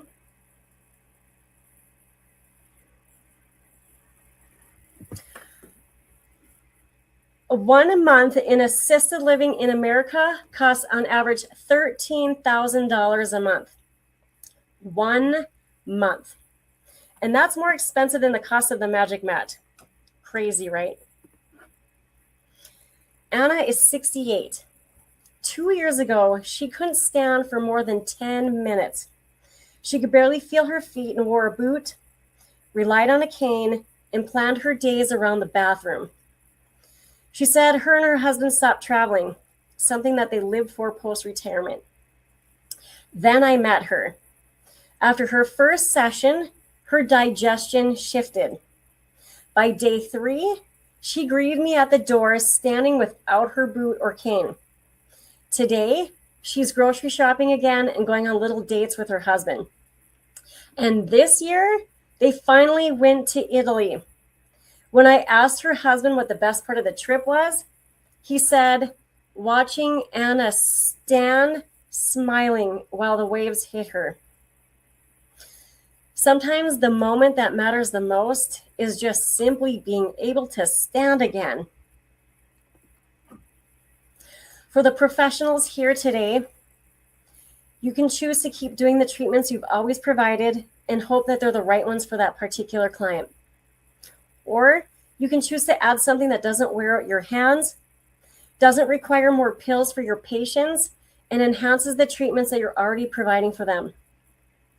Imagine how grateful that they will be when you finally help them heal. My fellow survivors, you didn't choose to be injured and be stuck dealing with physical and emotional trauma, but you can choose how to heal from it. And maybe you might choose to try something that helped a woman whose body was so wrecked she thought she'd never get her life back. And then I did. I'm not here today to sell you a mat, and I'm not asking you to believe everything that I've said, but I'm asking you to stay open to possibility for yourself or for the people that you care for. Because sometimes the body just needs the right nudge and it remembers how to come back. And if anything in my story stirred something in you, if part of you said, God, I need that, talk to me afterwards, ask questions, make an appointment to feel the mat for yourself. Tell me your story. There is no pressure, just possibility. Because I'm standing here today with working hands, strong posture, and a life that I love. After being told that I would never heal again. And I refuse to keep this option a secret. And if you're ready, I'm ready. My name is Jessica Faleide, and my business helps people who've been in major accidents, who got told they never heal again, like what happened to me. I help you get real, lasting relief without leaving your house. I don't know if this will work for you like it worked for me and the people that I've worked on, but what if it does? To book a consultation with me, you can text or call me at the number on the screen. I have 7 slots available right now. Thank you for your time and happy healing. Thank you so much, Jessica. Wow, those stories were amazing. You on that water ski after, I mean, I know how much grip that takes, and I have never had a crazy accident. So, wow, that is just wow. You're in good company in the comments. You've got a lot of Beamer people, a lot of people that own them. There's a Heather that might want to get in touch with you. Her mom has got an issue going on. I did mention in the comments that you do have some rental units. Yes. So yes, awesome. You did amazing. You filled your time with grace and spoke like you've been doing this your whole life. You did such a good job. Oh, thank you. Thank you. And you are over actually. So great. you guys, Jessica will be here in the comments. So she can keep chatting with you in the comments. We're going to go ahead and get rolling with Brenda, who is next. Thank you. Yes, thank you, thank you. Right, let me get my notes over here. I'm excited. This is just absolutely how I pictured this would be. This is what collaboration looks like. Different people from different backgrounds using different methods with one shared goal is helping people, bringing people to a better state of health. The Bakken is full of practitioners who are willing to step forward. And tonight you are getting to hear from 4 of us. I will speak at the end. So in the MonDak, we know what it means to be tough. Like I love Jessica's determination, what it took to come back from that. Like that's awesome that magic mat found her, but it was deep in her. She had to have the heart to bring that back. So we raise families, we work long hours, we show up when it's hard, and we carry responsibility quiet. We are MonDak tough. Here is what gets missed in communities like us. The people doing the most caring are often the ones running on empty. Tonight's speaker, Brenda Roche's voice, she is going to bring that to the forefront. She speaks from the heart, and she takes care of the people in the background who don't complain, who don't quit, who don't ask for help until their bodies, till their nervous systems force them to make that conversation about themselves. She helps the children, but she also helps their caregivers. Caregivers just get left in the dust. She is founder of Health and Wellness by Dr. Brenda. She works at the intersection of brain science, caregiving, and real life. Not theory, not trends, and not perfection. Come on up, Brenda. Thank you so much. This has been so inspiring, all these speakers. It's amazing.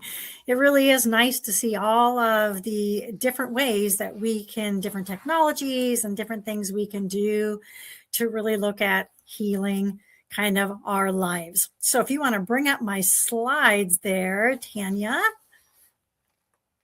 Excellent. Thank you so much. So again, I am Dr. Brenda Roche, but you can call me Brenda. I'm a pediatric neuropsychologist, a wellness practitioner, and really someone who has spent many years just walking alongside families of children with special needs, foster, adoptive parents, grandparents, and the professionals who support them. But before I go any further, I want to say one important thing. If you're watching this and you are not a parent, grandparent, caregiver, or professional supporting a child with special needs, this conversation is still for you. Because while many of my examples come from a caregiving world, the experience I'm going to be talking about is much broader. Many of you here tonight are very busy people. You give a lot to others. You show up. You take responsibility. You carry more than most people actually realize, probably including yourself.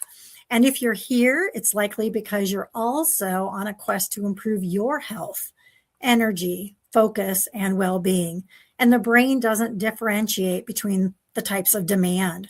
chronic busyness, chronic responsibility, chronic stress, they all impact our nervous system in very similar ways.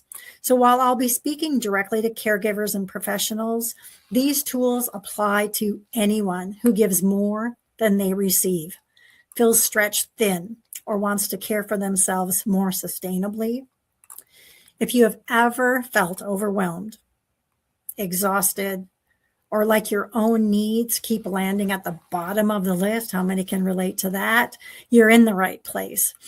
And one of the things that's become very clear to me is caregivers are some of the most strongest people I know, but they also are some of the most exhausted. Tonight is not about fixing you. It's not about doing more, trying harder, or becoming more disciplined. Tonight is about understanding what caregiving and chronic responsibility do to the brain and body, and learning how to care for yourself in ways that are realistic, sustainable, and compassionate. So we have this invisible load. Caregiving carries a really invisible weight. It's the emotional labor of anticipating needs before they're spoken. It's the constant vigilance, always watching, always listening, always preparing for what might happen next. It's decision overload, big decisions, small decisions, medical, educational, emotional, often with very little margin for error. Many people tell me, I don't even know why I'm tired. If that resonates, I want you to hear this very clearly. This level of fatigue makes sense when you hear what I have to say tonight. Invisible load isn't just being busy. It's holding information that no one else sees. Knowing which foods might cause that next meltdown, tracking medication schedules in your head, anticipating transitions, scanning our environment for the triggers that might be occurring, replaying conversations long after they end. This is cognitive labor, and cognitive labor is absolutely exhausting. This cognitive labor also comes with limited support. Many families have limited or no support. So when caregivers say, I'm resting, but I'm still tired and exhausted, this is why. So let's talk a little bit about chronic stress and what it actually does neurologically. So I'm going to get a little neuropsychological with you here, but ongoing stress really impacts our focus. It's harder to concentrate or stay organized. It impacts our memory. We might have word finding problems or remembering all the appointments without looking at the busy schedule multiple times a day. It causes emotional dysregulation. You may start to feel more reactive or overwhelmed more easily. Our energy and motivation, everything just feels heavier. And this is not a personal flaw. It's not a lack of resilience. It's a nervous system under sustained demand. And what is actually happening is the prefrontal cortex, the part of our brain responsible for planning, organizing, decision-making, and emotional regulation, it gets fatigued. At the same time, the amygdala, which is our threat detector, becomes more reactive.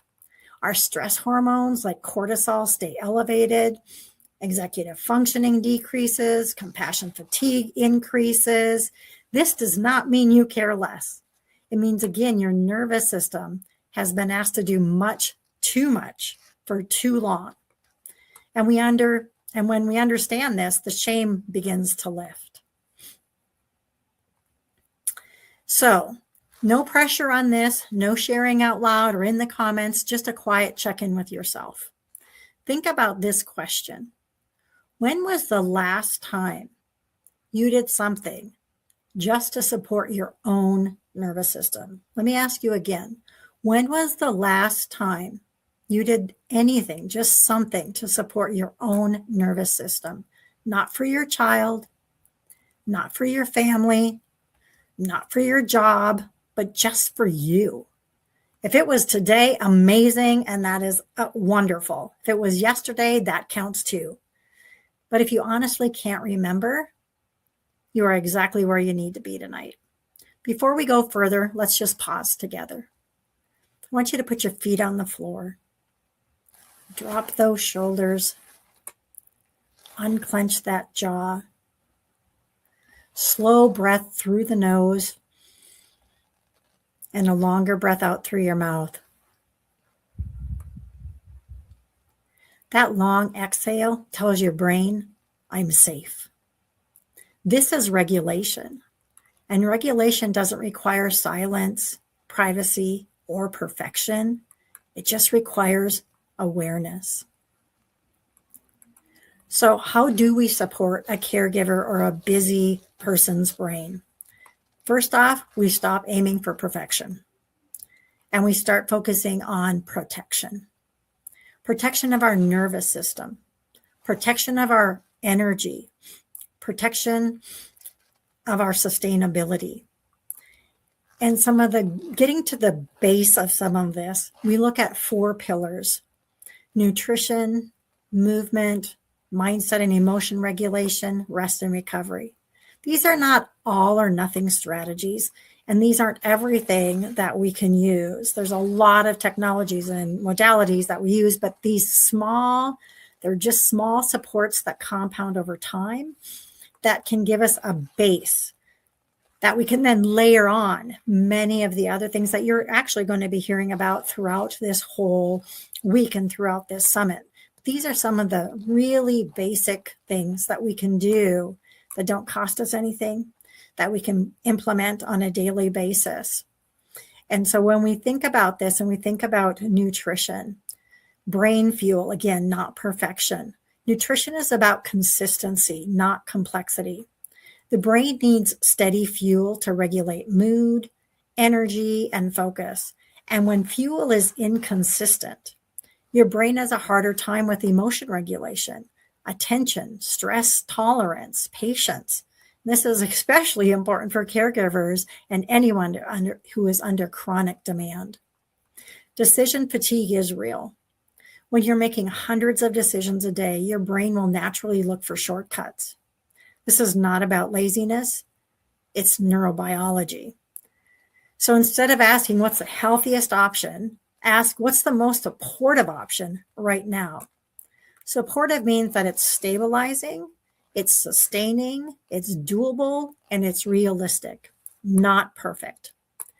Prioritize protein and fiber is a really great thing to just start with. It helps stabilize our blood sugar. Protein helps with neurotransmitter production, satiety, which basically makes you feel full, and steady energy. And fiber slows down that digestion and prevents rapid blood sugar spikes and crashes, because when we have our blood sugar drops quickly, the nervous system actually interprets it as stress.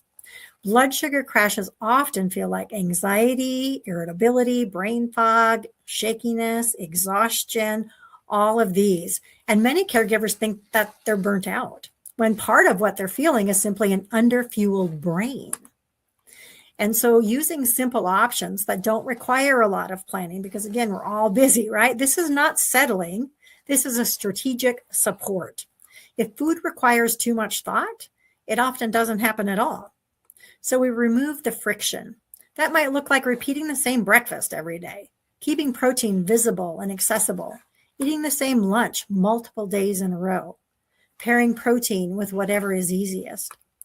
And we give ourselves permission to let good enough be good enough and not perfect, because consistency beats perfection every single time. A smoothie counts, leftovers count, a protein bar in the car counts. Eating something is often better for the nervous system than waiting for the right thing. Feeding yourself is not selfish. Feeding yourself is nervous system care. And when your nervous system is supported, everything else becomes just a little bit easier. And then we think about movement. This is regulation, not exercise. While I do triathlons and I do a lot of working out, that's not what I'm talking about here tonight. Movement is one of the fastest ways to regulate the nervous system, and it does not have to look like exercise. I encourage what's called movement snacks, 30 seconds to 3 minutes, doing calf raises while brushing your teeth, gentle twisting while seated, rocking side to side, While waiting at your child's appointment, doing shoulder rolls, ankle circles under the chair, 5 slow breaths with a long exhale. In the car, shoulder shrugs at the red lights, neck stretches while you're parked, deep breathing before you start the engine. And then with your child, things you can do are wall push-ups together, marching in place for 30 seconds, shaking it out before transitions, reaching arms up to the sky. Because these movements, especially when you do them with your child, help both nervous systems regulate. So earlier, Reanna talked about that co-regulation. This is an example of some of the things we can do with our children as well, because when your child sees you pause, breathe, and move, you're modeling regulation for them, not just self-care. Even small movements tell the brain, I'm not trapped and I'm safe. And then we have mindset. Caregivers and chronically busy people carry a lot of guilt. So we practice something I call caregiver pause. It's just 30 seconds. It's noticing your breath. It's dropping those shoulders again, relaxing that jaw. This brief pause signals safety to your brain. We also work on self-talk because most of us, to be honest, the way we talk to ourselves, we would not be friends with ourselves, with a person that talked to us the way we might talk to ourselves. So instead of also saying, I should be doing this, I get to do this, or I'm responding to a very demanding situation with the tools I have right now, and I'm doing the best I can. Self-compassion is not self-indulgent. It's a nervous system intervention. That reframe, again, changes how the brain actually processes stress. It's these simple little, just base things that we can do that really do matter. And then we think about rest. Micro rest actually matters. Rest is not optional. It is a biological requirement. But before we talk about sleep, I want to normalize something. Many caregivers tell me, I know sleep is important, but it just feels impossible right now. And if that's you, you are not failing. Sleep struggles are often a nervous system issue, not a discipline issue. Let's talk about why sleep can be so difficult when you live under chronic responsibility. When your nervous system is used to being on alert all day, listening, anticipating, preparing, it doesn't automatically shut off just because your head hits the pillow. Your brain has to learn that nighttime is still a time to stay vigilant. That's what your brain has learned. That can look like difficulty falling asleep, waking in the middle of the night, racing thoughts, light, unfreshing sleep. This is not your body being bad at sleep. This is a nervous system that hasn't felt safe enough to fully downshift yet. So when we talk about sleep-friendly habits, we're not talking about rigid routines or perfect sleep hygiene. We're talking about sending cues of safety to the brain, because the brain falls asleep when it senses predictability and safety, not pressure. So some gentle, realistic, sleep-friendly habits can include dimming the lights in the evening, lowering stimulation one step at a time, repeating the same small wind-down cues each night, reducing decision-making before bed. This might look like the same calming song, the same scent, the same short stretch, the same slow breathing pattern, not because these are magical, but because repetition tells the brain, this is familiar. I can rest. These not only will help you as a caregiver or a busy parent or a busy person, but if you have children, helping them develop these same things help them as well.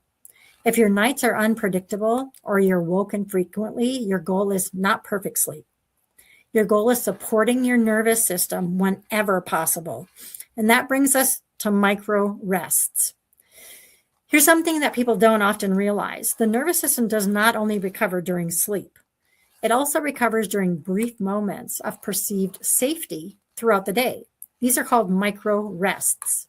Micro rests are really short, often 10 to 60 seconds, but they have really, really powerful impact on stress hormones and brain regulation.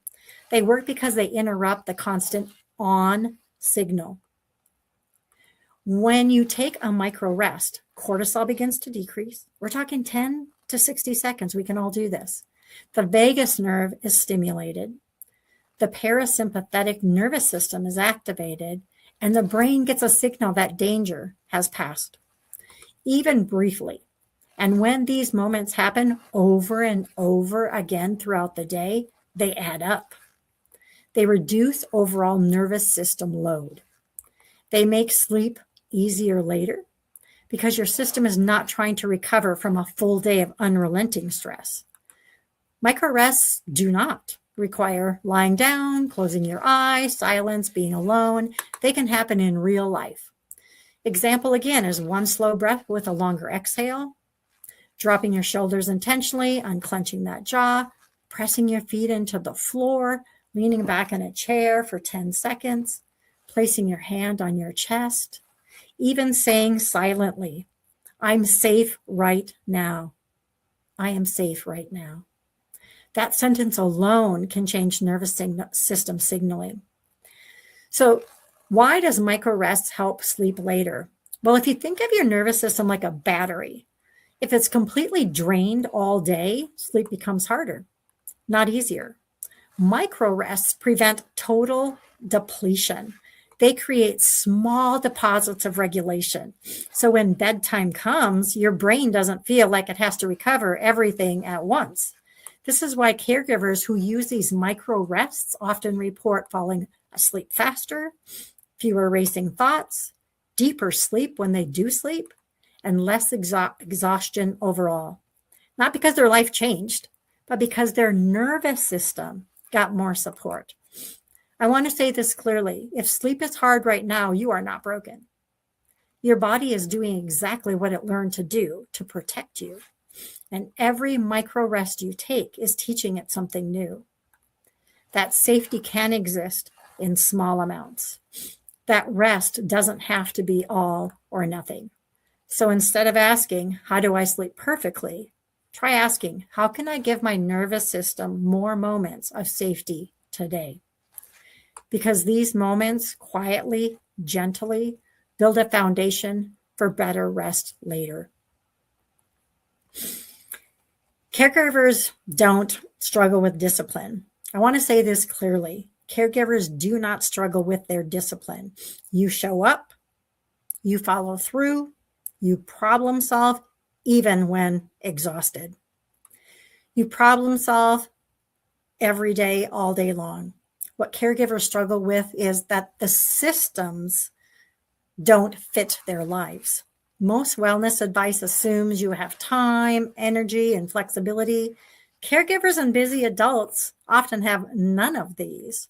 So the traditional goals fail, not because you didn't try hard enough, but because the system was never built for you. That is why these micro habits, 1-minute actions, tiny repeatable steps, such as if the goal is hydration, 1 sip of water every time you check your phone. If the goal is movement, stand and stretch during one transition. If the goal is mindset, 1 compassionate sentence during a hard moment. If the goal is rest, 1 slow breath before responding to anyone. We also use habit stacking. So if we think about habit stacking, it's something that you already do. That's a habit, like brushing your teeth. And then you stack another new habit on top of it. So doing a stretch while brushing your teeth. Breathe while your child logs into an appointment. Rolling your shoulders every time you get into the car. When habits feel doable, they stick. And when they stick, they quietly protect your nervous system over time. And you start finding kind of that weekly rhythm. So here's your roadmap that I really want all of you to think about. Is setting up 1 micro goal in each area. 1 for nutrition, movement, mindset, rest. Not all at once, not perfectly, just consistently, and really think about what those are. The other thing that is really important is community is medicine. And I love this community that Tanya is already putting together here. The community is medicine. When we build a community around us, it's a connection, and connection lowers cortisol, which is our stress hormone. It increases resilience. It reduces isolation. Your nervous system was never meant to do this alone. Support is not weakness. It's a resource. And so looking at where can we build in those community supports? How can we build those within our lives, within our, all of the different people? There's a lot of people out there that we can connect with. It's finding those that are your people. So let's take a pause together. Let's do a 60-second reset. Probably won't even be 60 seconds at this point. Just take a slow inhale through your nose. And then a long exhale through your mouth. Drop those shoulders. Unclench that jaw. What you just felt was regulation. This is what regulation feels like. It can be an amazing thing. And if you think about just doing that several times throughout the day, you will notice how much difference that makes in your overall well-being. And again, there's a lot of things that we can do. I agree wholeheartedly with Reanna about, therapy can be very, very helpful. Many caregivers also have early trauma that they probably have experienced. And just the trauma and grief about not maybe having the child you expected to have, having a child that you expected, was going to be, a neurotypical child, and you have a child with some disability. There's a grief process to go through around that. And so really looking at those things can be really, really important. But what I'm talking about today are some very simple, just stuff that can give you a really good base every single day that you can just start very slowly and start implementing. And then we can look at other things to add on to that. I use a lot of different technologies, a lot of different, evidence-based practices above and beyond these. But these are some simple things I wanted to share to give you some simple takeaway things that you can really take from here. So before I close, I really invite you to reflect on this. One small shift I can make this week is ... So again, think to yourself, one small shift I can make this week is. And I encourage you to write it down. Write that down. Really put some thought into it. What's one small thing you can do this week to really help with your nervous system regulation? Write it down. Small steps do create sustainable change. I really want to thank you all for being here. Thank you for the care you give every single day to others and to yourself. And most of all, remember, you are not broken. You are not broken. You are responding to sustained demand, and you are worthy of care too. And there's all the contact information that you can get a hold of me at. I actually have been in Billings, Montana for the last almost 30 years. And this June, just recently moved to Minnesota to be closer to my mother. Still doing all this work, but Montana is in my heart.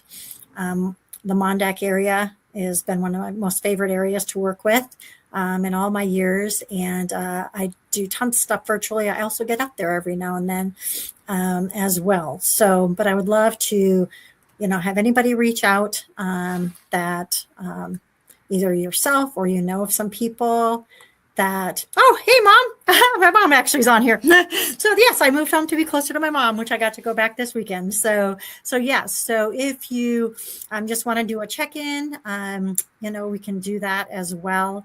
I just really, truly appreciate this opportunity. Tanya, you have put so much effort into this summit. I just really appreciate you doing this, and I hope to be involved in all of them.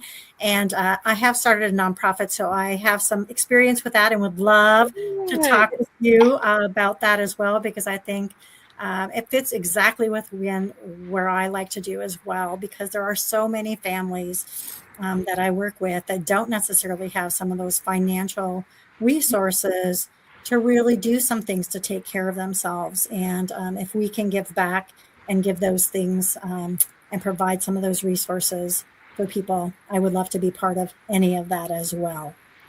That would be amazing. Yes, I'm one that is all full of big ideas and forward momentum. I am not afraid to jump in and make mistakes and learn as I go. So I could use some advice. I thank you so much for being here. Does anybody in the comments have anything for Brenda? Brenda has offered to give up. We're gonna throw them all in. What I'm going to do with these prizes is, so Brenda's offered a couple of sessions while we're drawing through. I think what I'm going to do is wait till the end of the week before I disperse anything.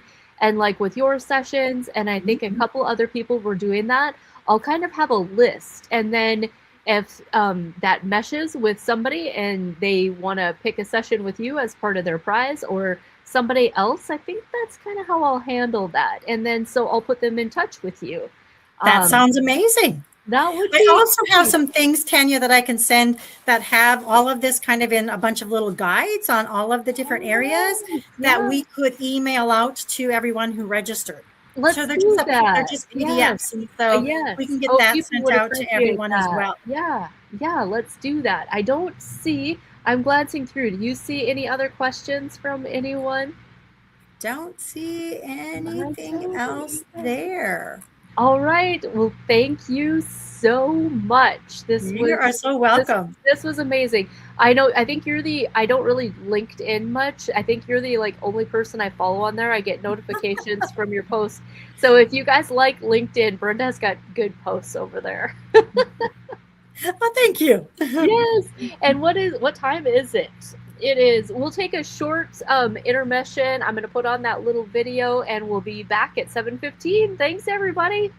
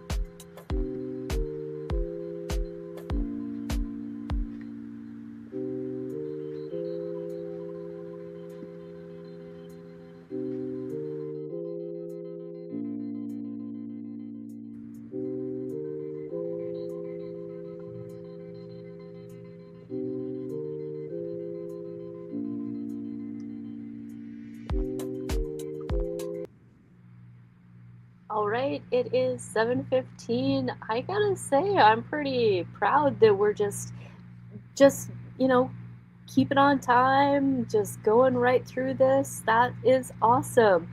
So this, to close it out, you just get me, good old Nurse Tanya. My little talk that I want to bring up tonight is kind of for the men of the Bakken. So if you have a spouse that is near, that is willing to listen, grab them. If not, you can always try to hit them up on the replay, right? I just appreciate the men of the Bakken so much. At Awaken Wellness, I enjoy the male clientele that comes in. They're curious, they know what's going on, and in this wellness conversation, so many times I just feel like they kind of get left out, right? They get left behind. At least they do in the circles that I run in. It's you think of wellness, and everybody gears it to menopause, or to, just women in general. So the MonDak Summit, I really want to include them in the talk, right? So let me get my little screen share going here. What's really fun is some of the men that come into the store, like, honestly, a lot of the fun retail items that I have at Awaken Wellness, if you've never been there before, it's just anybody can walk in off the street. We carry healthier options, homeopathy, you name it. But a lot of the fun stuff that I have is because of my guys that walk in and they listen to podcasts, they listen to Joe Rogan or this and that, and the other thing, and they're like, hey, do you have this? And sometimes I don't even know what they're talking about. So they keep me more on top of what's trending on TikTok and podcasts and whatever else, like neurogum for one was one of the things, and like methylene blue, mushrooms, they like the lion's mane mushrooms. So it's just really, I really want to include them in the conversation. So whether it's on the replay or I given you enough time to gather up that hardworking MonDak man in your life, I want to include them, want them to know that they are not left out of the conversation, and they are really appreciated. They work hard, they show up. Now I better get to my notes.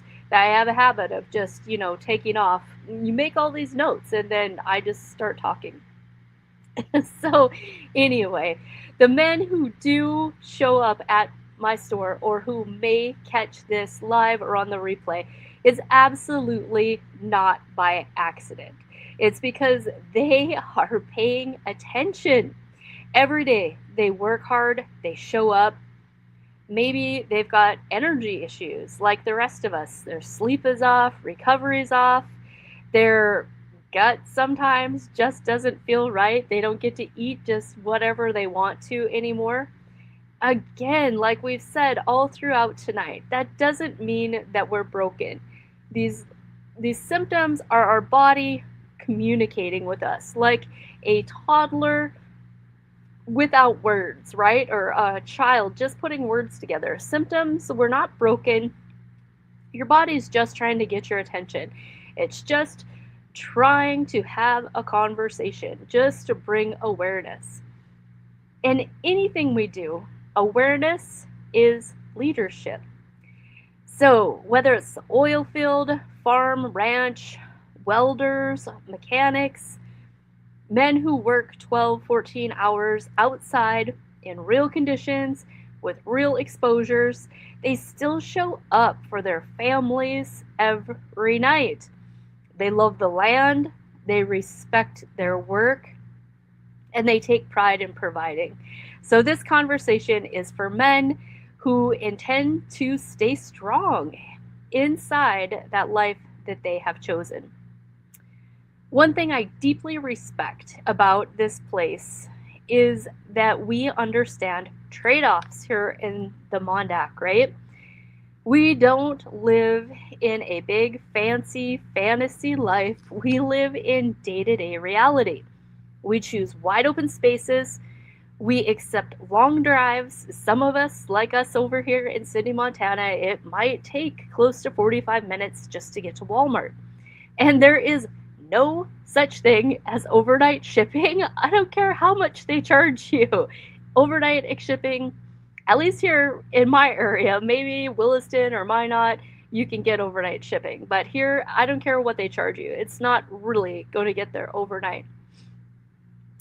We choose commercial farming practices so the farm survives. We choose pipelines so the energy keeps moving. We understand that subsidies aren't perfect, but they put food on our tables. And that's not ignorance. That is grown up decision making. That is America. That is the MonDak. And we get it. Trade-offs don't mean sacrifice without solutions. They mean awareness. Take when COVID hit. It didn't break us. It didn't shut us down. It didn't turn us into rioting idiots.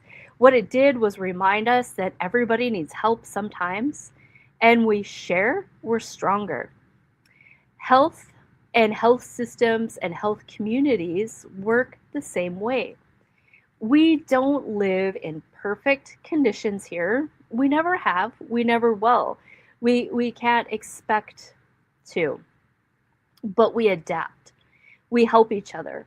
We move forward. Like, our culture is different. It is rugged. It kind of reminds me of I mean, just stick with me on this, but back when I was young, there was the yo mama jokes, right? Yo mama, this, whatever. Like, you could we can make fun of our own thing and tease in our own heart space, but we don't want to hear anybody else disrespect your mom, right? That's how it is in the MonDak, right? We can say all of the jokes about the weather, about this. Why do we live here when you can't breathe the air in the winter? Or why do we live in places that freeze our face? So, like, we all get that, but we do still love it, and we know what the trade-off is: raising our families here in these wide open spaces. So, the reality is, now, some of this, what I'm going to say, I don't know how to say it. I don't mean it in judgment, and I don't mean it in criticism. I just mean it as part of our ownership. We can talk all day about toxins and chemicals and pesticides and herbicides and chemtrails, but yet we still need those things to make our farming practices work, right? We know that California has no longer got glyphosate or Roundup, but we know that we don't want to be tree-hugging Californians, or we know what the other side of Montana is turned into, right? So here in the MonDak, we're this really individual breed that even when we know these truths, we have to choose what we can control. We have to choose what we can react to. We have to live within our means, so to speak. I want to introduce to you, probably throughout this talk and on, like a few tools that we use at Awaken Wellness to help mitigate life's daily toxins living here in the MonDak, which may be less toxic than living in the city with the people and the pollutants, but not to say that we don't have some of our own, right? Once you know something, you just kind of can't unknow it. That's the position that I'm at. That's where I help a lot of people who walk in our door at Awaken Wellness, who are getting awakened to these things, to these big potential problems, but we have to still stay mentally in balance. We have to know which battles we can choose. We have to know what tools we have to fight these things, to mitigate these things. So once you start knowing things, you start noticing how food hits you different. Maybe how sleep changes, how stress lands differently. And you don't need someone yelling at you. You don't need me yelling at you. We just all could possibly start making smarter choices, making different choices. Digestion is a great place to start. Let's see, that digestion belly. You know, like if you're talking in men language, they're probably not going to say my digestion is off, but they might feel tired mid-afternoon, or like you have to really, really force yourself to go back to work after lunch. They might think their gut feels tight, or they just aren't getting good deep sleep. They're sleeping, but they're waking up feeling like they're not refreshed. Maybe they're grouchier than they used to be.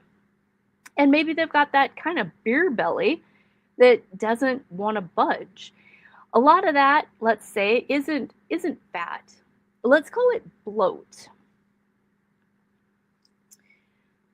And a few things I want to just throw out that we can possibly do to mitigate these things without having to do a whole lot. We know that stress lowers stomach acid. We know that alcohol lowers stomach acid. We know that eating fast lowers stomach acid. So when stomach acid drops, those microbes that belong in the large intestine, they move to the small intestine. A fancy word for that you may have heard before is SIBO, small intestinal bacterial overgrowth. And the way I explain that is like not fancy or scientific, it's like hoses. So your large intestine is a not quite very flexible hose, and it's not like a soaker hose. It's, you know, it's more rigid. That's where your microbes and your fermenting, your digestion is supposed to happen. That small intestine is a more balloon type hose.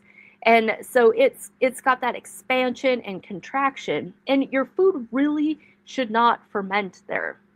But when it does, because of low stomach acid or other microbial imbalances, I'm just really putting this simply, but that creeps up there. So then your microbes, when you are eating, especially foods sometimes like raw vegetables, onions, garlic, that fermenting starts to happen in a place it was never meant to happen. And that's where you get that bloat.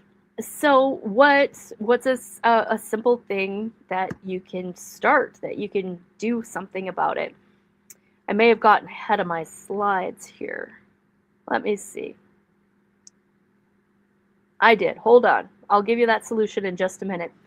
Now, myself, I tend to lean more to the carnivore side of eating. And in all honesty, in my advanced education in wellness and alternative stuff, most of my mentors, most of the classes that I've taken, they're not vegetarians. So honestly, I probably would have quit a long time ago if somebody was trying to talk me into being a vegetarian. In fact, especially males, I can't think of one person that I personally know that is a male and a vegetarian.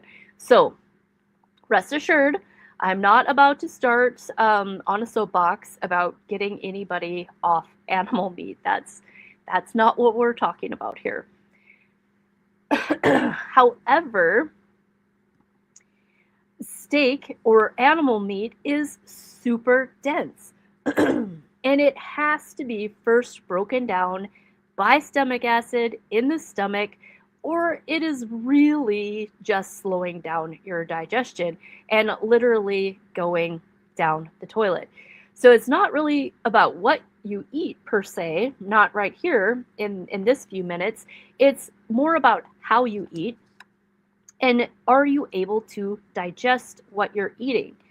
So, of course, we know that you have to mechanically chew things.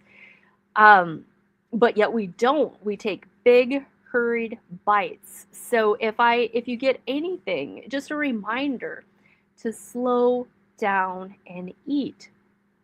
Your digestion starts in your mouth. It starts with the smelling. Your digestive enzymes start in your saliva. So just slowing down. See, again, I'm getting ahead of my notes. Processed meats can be super dangerous. Combining nitrates, especially with beer, with yeast, and alcohol, your microbial balance, it can just really be a recipe for disaster.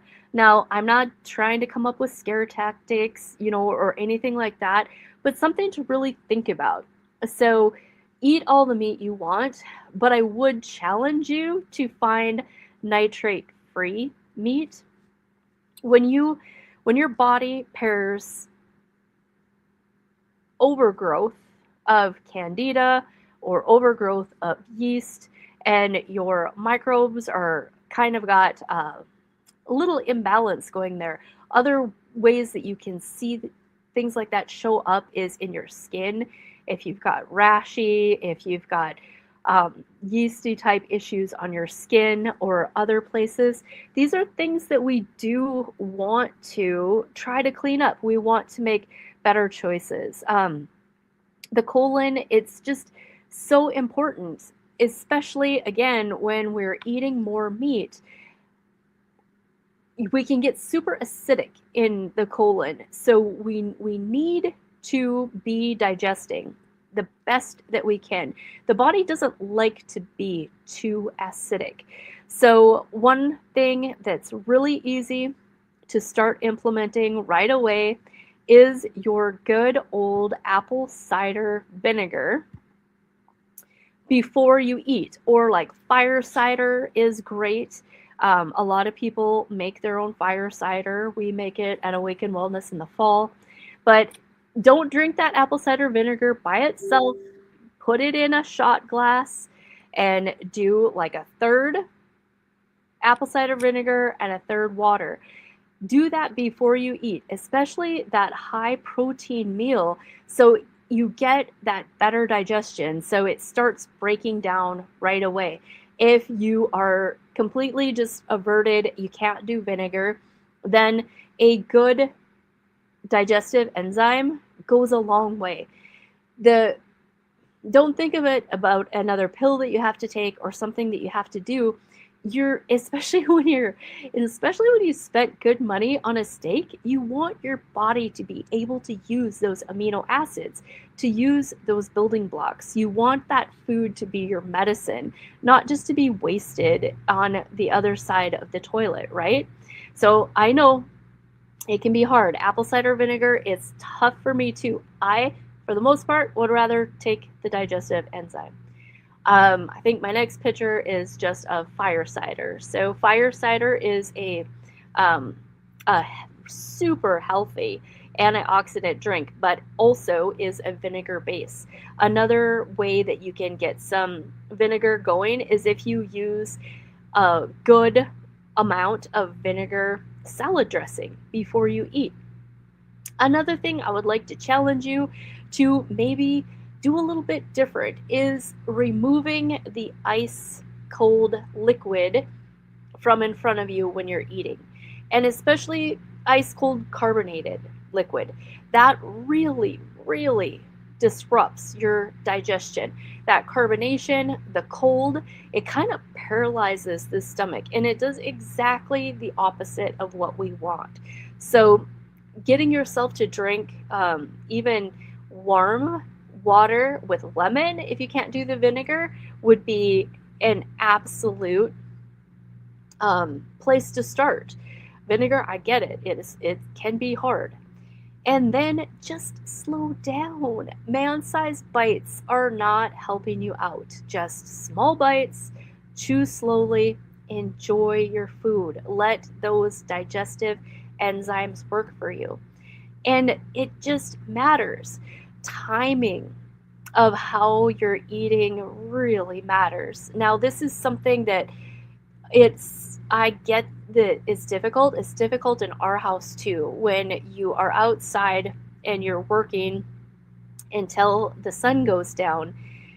Then you come in and maybe you only ate that one meal a day, and now it's this big old protein meal, and you go to bed with a full stomach. When we do that, your stomach doesn't get to rest. Your liver at about 3 o'clock, 2 o'clock in the morning, that's when your liver wants to cycle and cleanse, and that can't really happen like it's supposed to when your stomach is full as well. So then you kind of have that, oh, I just didn't sleep very good. You wake up feeling not rested, and it's because your body didn't get to rest. It was busy trying to digest that heavy meal all night. So a challenge would be, it's a challenge for me. I'm still trying to get myself more in that mindset. My husband has always been great about getting up and making himself some protein and making himself breakfast in the morning. For me, it's, if I can get a shake in, that's about as far as I can get. I just don't have that appetite in the morning. But my health needs me to. My health is requiring me to make that change. So eat like a king in the morning. And if you can, fast 6 hours. 2 meals a day is great. Men can really do well on the 1 meal a day program as well. Men fasting, doing 1 meal a day with good stomach acid and good protein will actually boost your testosterone. Men, the more you can starve out that sugar and cut back sugar, the better your body will convert your testosterone to your good metabolites, to your DHT. Men, if you've got some liver congestion, you're eating sugar, your body's going to metabolize that testosterone over to the estrogen side instead of testosterone. So I just kind of blumped that all together. But digestion, eating less at night. Try to go to bed 2 hours on an empty stomach. That is one shift. Getting the sugar out. So again, less carbs, more carnivore, and doing some liver cleansing, some liver work, removing the alcohol, giving your liver a rest, are all things that you can do to naturally increase your testosterone. If you're going to do a little bit of morning warm-up activity, light exercise, the morning as well is the best time to do that to enhance your overall composition. Making sure you stay hydrated, making sure you have enough minerals during the day. Let's see, I'm trying to look back at my notes. I really got myself all off track. Imagine that. But really, really important, those two couple of things. And I know for outdoor families, it's super hard not to go to bed on a full stomach. But if you can figure it out, at least in the winter, you can play with it and see if what I'm saying rings true for your body. Now, every body is different, so this may be your absolute truth, and it may not make any difference to you. And it also may depend on your age.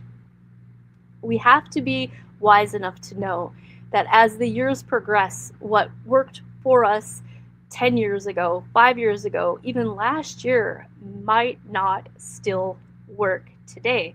We have to revisit these things. A couple of my favorite tools, I will see, I'm going to kind of skip forward here a little bit. When we're talking about digestion, when we're talking about that bloated stomach, one of my favorite companies is called Cellcore Biosciences, and they make a product called Para 2. It is amazing, especially for men. It just takes that tire in that midsection and completely deflates it. And it is that bacteria in that small intestine. Sometimes it's 30 days, sometimes it takes a couple rounds of it, but they will get such amazing results. Okay, sleep, we talked about sleep affecting testosterone. Okay, now we're going to talk a little bit about toxins and the things that we are just exposed to on a daily basis. I would rather see anybody play some defense and stay on top of your labs, get some yearly labs done, than being forced to play offense when disease progression shows up. Now, labs aren't like fear tactics, and they aren't the end all be all, but they do, it is just intelligence. It helps us keep track of things. One of my favorite tests is, I don't have a picture to bring up, but it is a urine toxicity test from Designs for from Vibrant Wellness. You only have to send in a urine sample, and it will tell you what is going on with your toxic burden. It'll tell you from environmental exposures like glyphosate, your herbicides, your pesticides. It'll tell you plastics, things that we may pick up from what we're eating, heavy metals, molds, all sorts of things. And when we get that test back, sometimes it will not look too bad. And sometimes that's because those toxins are still in our fat and in our tissues. And if we start the detox process, and they can look worse in 3 months because we're loosening those out of the tissues. But that is a really good baseline, especially if you, when I just think of our guys down in the welding shop and breathing those toxic fumes into their lungs, and the chemicals that we work with and all these things. We know that we're not going to stop doing those things, but there are things that we can do to mitigate it. And keeping up with some liver work. Like if you are your age, a person your age, and you've never intentionally like done a liver cleanse or done some cellular level detox, you're like a vehicle your age that's never had an oil change. Like these are just things that are super important, especially when I'm talking to a crowd of men. You probably cringe when I say that. You are a vehicle your age that has never had an oil change. Like that's a big deal. And where your oil is your bile. Your bile is made in your liver, and it gets recirculated throughout your colon like the oil in your vehicle. And it gets, especially if you're constipated, it's even worse, but it gets sluggish and thick, and those toxins just keep recirculating. It takes a lot of energy for the liver to make bile. So it makes very little and it reuses, it keeps recirculating. So that, and even with hormones, if the liver itself is what makes your hormones, they have to methylate, they have to convert. All of the toxins in you have to convert. They have to get through different stages of methylation and out of the body. And that's the same with your hormones. Your liver decides if your testosterone is going to turn to the metabolites or if it's going to turn to estrogen.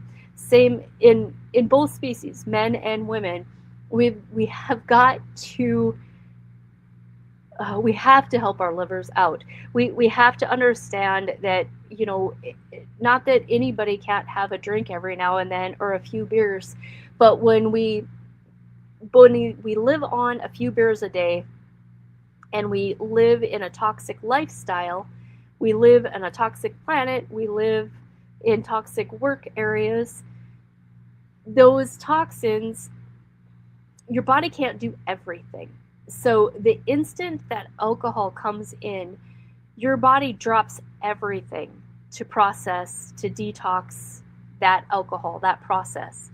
So for that day, in that minute, when that's going on, everything else you breathed in that day, everything you put on your skin that day, everything you ingested through your food that day, your liver couldn't do it all. So it had to store those toxins. Your body likes to store toxins in the liver. It really, fatty liver, you've heard of that. That is not help. Toxins do not help that. And it stores fat in your fat cells. Your body will hide those toxins away to protect you. If it can't get them out through your bile, through the colon, through the liver in that fashion that it would prefer, then it's going to store them in your soft tissue, right? So all of these things count. It just counts. I highly encourage everybody who's hearing my voice to do these little things, to be mindful. Quality water, quality sleep, all of those little things, and just to make better choices, make the best choices that you can, and try not to have to play offense. That's the hardest part, I think, for any of us, our friends, our families, everybody, is when the offensive strategy has to kick in. That's when it is just it's just tough. So we're all here. Everybody on this Zoom has got something that they bring to the table, and I just so appreciate. I can't say enough. The MonDak is just such a tough, rugged. We weather the weather, we weather the finances, the changes in our economy, the changes in our farming practice. When, in our little economy, when the sugar beet plant closes and everybody's going to have to reimagine, what do they do with the equipment in their Quonset? What do they, they're reimagining things. The stressors are so real. And I just appreciate so much that masculine force in our area. They don't get enough credit. They just really don't. Let me get back to my notes. Let's see. I'm going to start to wrap this up. Right now, I feel like I'm talking to the blind because I can't see the comments or anything else. So I'm going to stop screen sharing, check out the comments, and see if there's any questions for me as I start to wrap this up. Let's see.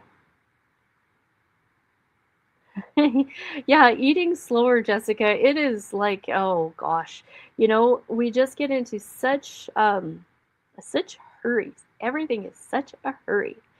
So I don't know about you, but more than likely it was women here. So just really, really shine on your MonDak man, and in appreciation and for all that they do and the stress that they carry for all of us, and their health. They do care. sometimes the majority, they don't really act like they care or like they're listening, but they do follow directions. So we lead, we direct, and they are willing to listen to our research, right? Well, we hear on things like this, and we take it home to them. So tonight has been amazing. We had fabulous speakers, and we've got more nights of this coming up. So I don't know. I'm just humble and I'm pleased. And I always have a hard time wrapping up at the end. So one more time, looking through comments. Oh yeah, Leona, that is such a good rule, to put your fork down between bites. It really is. And I don't know if any of you follow Barbara O'Neill, but she's really big on the 2 meals a day and 6 hours in between, and to eat dry. So no liquid at all, 30 minutes before or after your meal. And the reasoning for that is because the just drinking waters down your stomach acid. So I know that goes against the grain of a lot of general medicine, right? Everybody's on a proton pump inhibitor. Everybody thinks they have heartburn because they have too much stomach acid. When I've learned through my own health journey that is so wrong. Yes, you can have too much stomach acid at certain times, but when that is happening, you have to ask why. What is the trigger? Your body, the Lord designed us to require stomach acid, not Prilosec, not omeprazole, not Tums or Rolaids. So if we are having digestive issues, we have to find that root cause. We have to look for the why. A lot of times I will ask people just to avoid dairy, avoid gluten, avoid sugar, and a few other things, which nobody likes to hear, but it does, when you stop doing those things for a while, then you can start hearing what your body wants again. And that's where food allergy testing is so valuable. Now, I say allergy, but a medical provider is not going to call it that. They're going to call it a sensitivity. They're going to say that it doesn't matter. It's a sensitivity, that there's nothing you can do about it. And that's not true. I'll use one of my triggers. Black pepper is a huge trigger for me. I had, most of my adult life, I was on a proton pump inhibitor. I had just insufferable heartburn. And I actually had to have a transfusion at one point because I just had micro bleeds and had heartburn all the time. I was on Protonics, which is stronger, 40 milligrams, and would still have breakthrough heartburn. Well, I was a nurse, I was just living a stressful single mom life, eating the normal American diet and drinking a lot of Diet Coke. And I had gotten so anemic that I ate ice all the time. And I had gotten myself off the proton pump inhibitor before I became wellness-minded. But I have a hiatal hernia, so I've got an awesome, if you live in the MonDak, I've got an awesome reference for you of a body worker. When my hiatal hernia is activated, she can push it back down. And dairy will activate that thing. So having to figure out what my body doesn't like, dairy, black pepper, will activate that heartburn. So when that's the case, when there is too much acid, it's because my body is trying to break down that irritant. It's trying to break down that black pepper. It's trying to deal with the dairy that I don't have the right enzymes to digest. So why? If you're having heartburn all the time, you have to figure out why. There's something that you can do about it. And living on proton pump inhibitors is dangerous. It is dangerous. It wrecks your everything downstream. Things don't work right when there's no stomach acid. Stomach acid, sorry, I didn't mean to get off on this, but somebody needs to hear it. When you don't have stomach acid, this is how I describe it. It's like walking around without skin, right? It's like walking around without skin. So if I had a big gaping wound on my arm, and my body should heal it if I don't get dirt into it, if I don't get, yucky stuff into it. That skin protects me. Your stomach acid is your first line of defense from whatever goes in your mouth to the rest of your body. So you have to have stomach acid. Food sensitivity testing is priceless if you don't want to do the elimination. Like if you like, you know, like sometimes people have to get down to where for a couple of weeks they're only eating a few foods and then start adding things back in one at a time to see what those triggers are. And you can absolutely do that, or you can do the food allergy testing. And another thing, if you have got heartburn, if you can't get off a proton pump inhibitor, you do have to do it slow. Cold turkeying it is not a fun process at all. But, and I'm not technically giving you medical advice. That stuff is supposed to be over the counter. And if you read the back of it, it says not to use it for longer than 2 weeks. So even the people who make the drug know you should not live on it. But I'm here to try to help you sort these things out.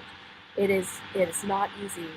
Carbonation is a big one that you should look at getting off of. And everything that I said tonight, warm liquids before you eat, lemon juice if you can't do apple cider vinegar, all those things, it's just a big deal. It really is. If you have been like I was and without stomach acid for all those years, then I got autoimmune disease and I got visibly full of parasites. And if you'd like more information on that, you can check out my TikTok videos and whatnot. But that's how my platform, Awaken Wellness, came to be. Like everybody who will be presenting in this summit, we are a product of our own healing journey. We are our own stories, and that's what we tend to be the most passionate about. Let's see, looks like there's a couple of comments. Diana, hi Diana, I'm so glad you're here, says no vinegar. What's a good digestive enzyme? So there are so many out there. Diana, you're familiar with Cellcore products. They've got a great one called CT Zyme, or Designs for Health. You're familiar with those as well. And theirs, I think, is just called Digest Zyme. And Designs for Health does have some betaine in it, so it's got the extra acid. Pam Sign, my mama, says, thank you. It was great. Oh, you hear static in the background. I think it's my computer. It gets hot. Yes, Linda, I do food allergy testing, and you don't even have to come see me for that. If you go on my website under the lab testing tab, then go to all the way down to Vibrant Wellness, and there's a food allergy testing there. What I like about that one, if you do the complete one, which I would recommend, the complete food allergy testing also tests for non-food ingredients, so like chemicals. It tests for like MSG, and it tests for food dye. It tests for like some other rogue things. Like I still will occasionally, but those bubbler drinks, I knew that they were kind of Russian roulette. Sometimes they would really freak my stomach out. And when I got that new food allergy test back, there is a ingredient, one of those long ingredients that you can't pronounce in those bubbler drinks that my body doesn't like. And another cool thing about that food allergy test is it does IgG, which is just your stomach immune system, and it does IgA is the stomach immune system. And we know that your stomach is your immune system. And then it also does IgG, which is just inflammatory throughout the whole body. It could look like a runny nose. It could look like headaches. It could look like skin irritation or heartburn. So that is a really cool test. I want to quick do the last drawing while everybody's here. Let me hit the button.